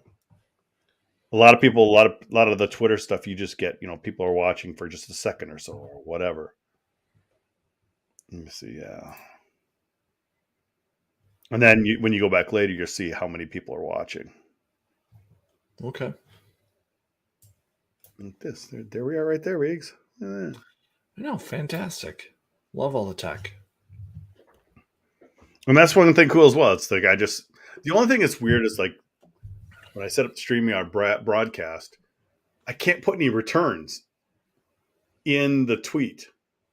So I usually do it won't allow me to do returns. It's like a one-line thing. So I usually try to do space and like 3 dots and trying to do the next part because it just maybe I just haven't figured out how to format it yet, but because it's like one line type of thing. So, but I like that it just automatically tweets when it goes live. We don't have to. Okay, now I got to go out and tweet, or now I got to go out and do this. This is just all automatic, which is nice. But one thing I am going to do is I do not like the 1 minute countdown. That's going to go down to 30 seconds. Yeah, but I was just learning. I'm like, I want to do something. It's a little long. The sound effects are a little. It's just dead air. Maybe I just put some music in the. A little awkward. I keep telling myself one of these days I'm going to pull clips from our shows and do like a sounder thing, like K-Fan does for all their great shows, where they pull little clips and spin them together. But somehow my life does not allow me the time to do that. And then you've got, so many people use, I see KFAN use this a lot. They use that one a lot at the beginning of their broadcasts. Yeah, I've seen that. Yeah, maybe something like a countdown with some clips from who knows. Yeah, I just like it when we could go back and we could play clips and we could have Pat Micheletti go, yeah, Vigo, that's exactly right, Cappy. Vigo, you are right on with that take. I wish there was one less mistake tonight that we weren't talking about right now. Can you give us anything on Walker? Injury, disciplinary, anything like that? Just curious. Are you crazy? We could do that. You crazy? I think I just need that. Are you crazy? You crazy? That'd be a great soundbite for us to have on the show every once in a while. Lowercase d. You crazy? By the way, I hear they are working on audio, bringing in audio clips. Okay, that would be good for us. But I mean, I guess we could use it as a share. Remember the thing about you can share video files. Yeah, I just gotta make my sound clip out. Yeah, but I wish it was just MP3s though. We could just upload them. Yeah, and a little icon comes up. Maybe you could label it, even say, "Hey, this is audio from this." We can play that clip of Bob talking about Lucius still nursing his injury back and being unknown for the semifinal. Right? We had quite the post-game discussion about that Friday night in the press box after everything was done. I like the video you and Todd did. It was good. Thanks for watching. When they shut up. Well, I didn't see it live. We were driving back. No, that's okay. I like watching him live because he'll answer questions. Yep. I just didn't get the chance because we were driving home, and I got home and I'm like, oh shoot, I missed it. And I see they turned the lights out on you. And Yeah, that was a little surprising. I didn't know about that, but was it past midnight? it was getting close to midnight. I want to say, isn't there a 2-hour limit? No, the guy just wanted to go home. I've been there 2 hours. Deutsch will tell you that there's a 2-hour limit. He just says that just to say, well, press box open for 2 hours after the game. Obviously, it doesn't work that way, but they could do that. Yeah, I've been there past 2 hours before. And on Saturdays, they have the cleaning crew there. So they're there longer. On Fridays, they're just like, let's just get out of here. And so the guy's like, hey, can you guys turn off the lights when you're done? I was like, yep, we got it. We're doing a little thing here.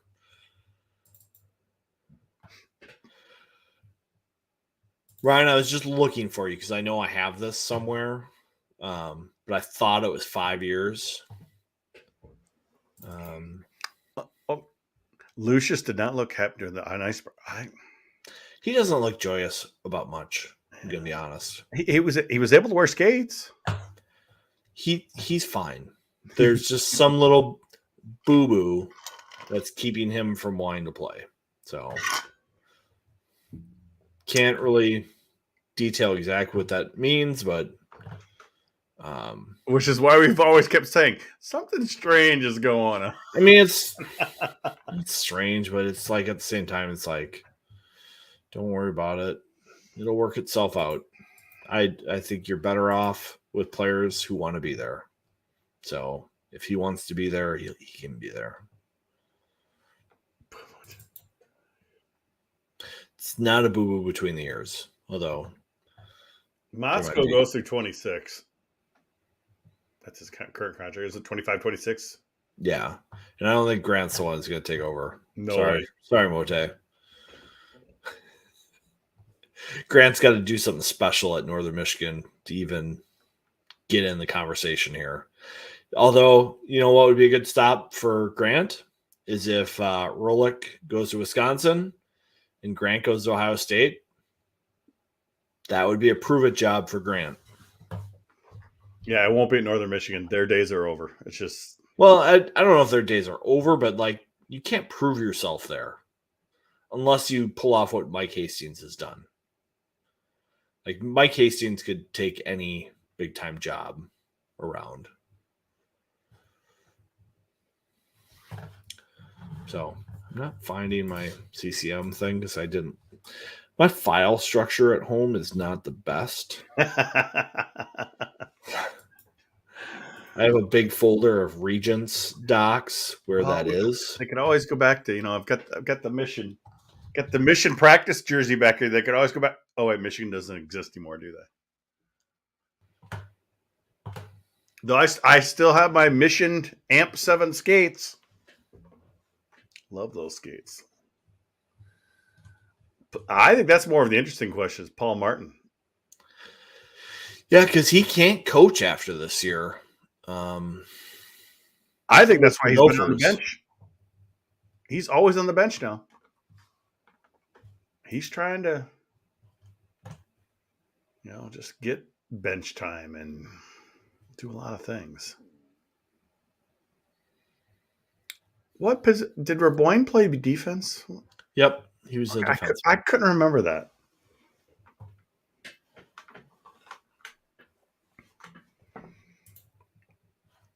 Yeah, so he can't coach. So, gosh, I have the. Biggs has everything but that.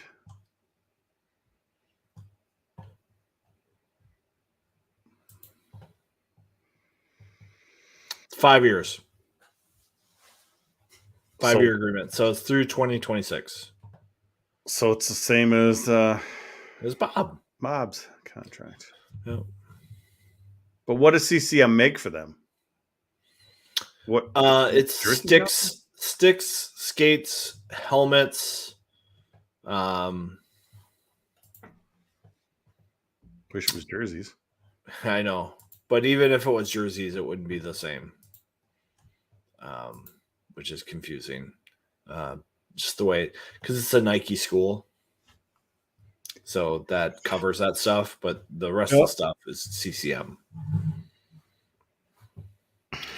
But Paul can coach. He just can't coach for the Gophers unless they got rid of Burgoyne or Gordon.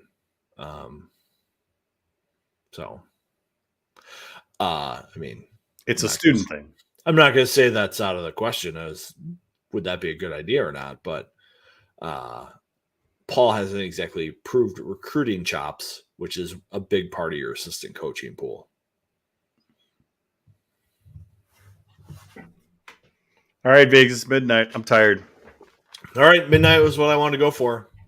We had to get Time to that call 2.5 it, hour folks. mark.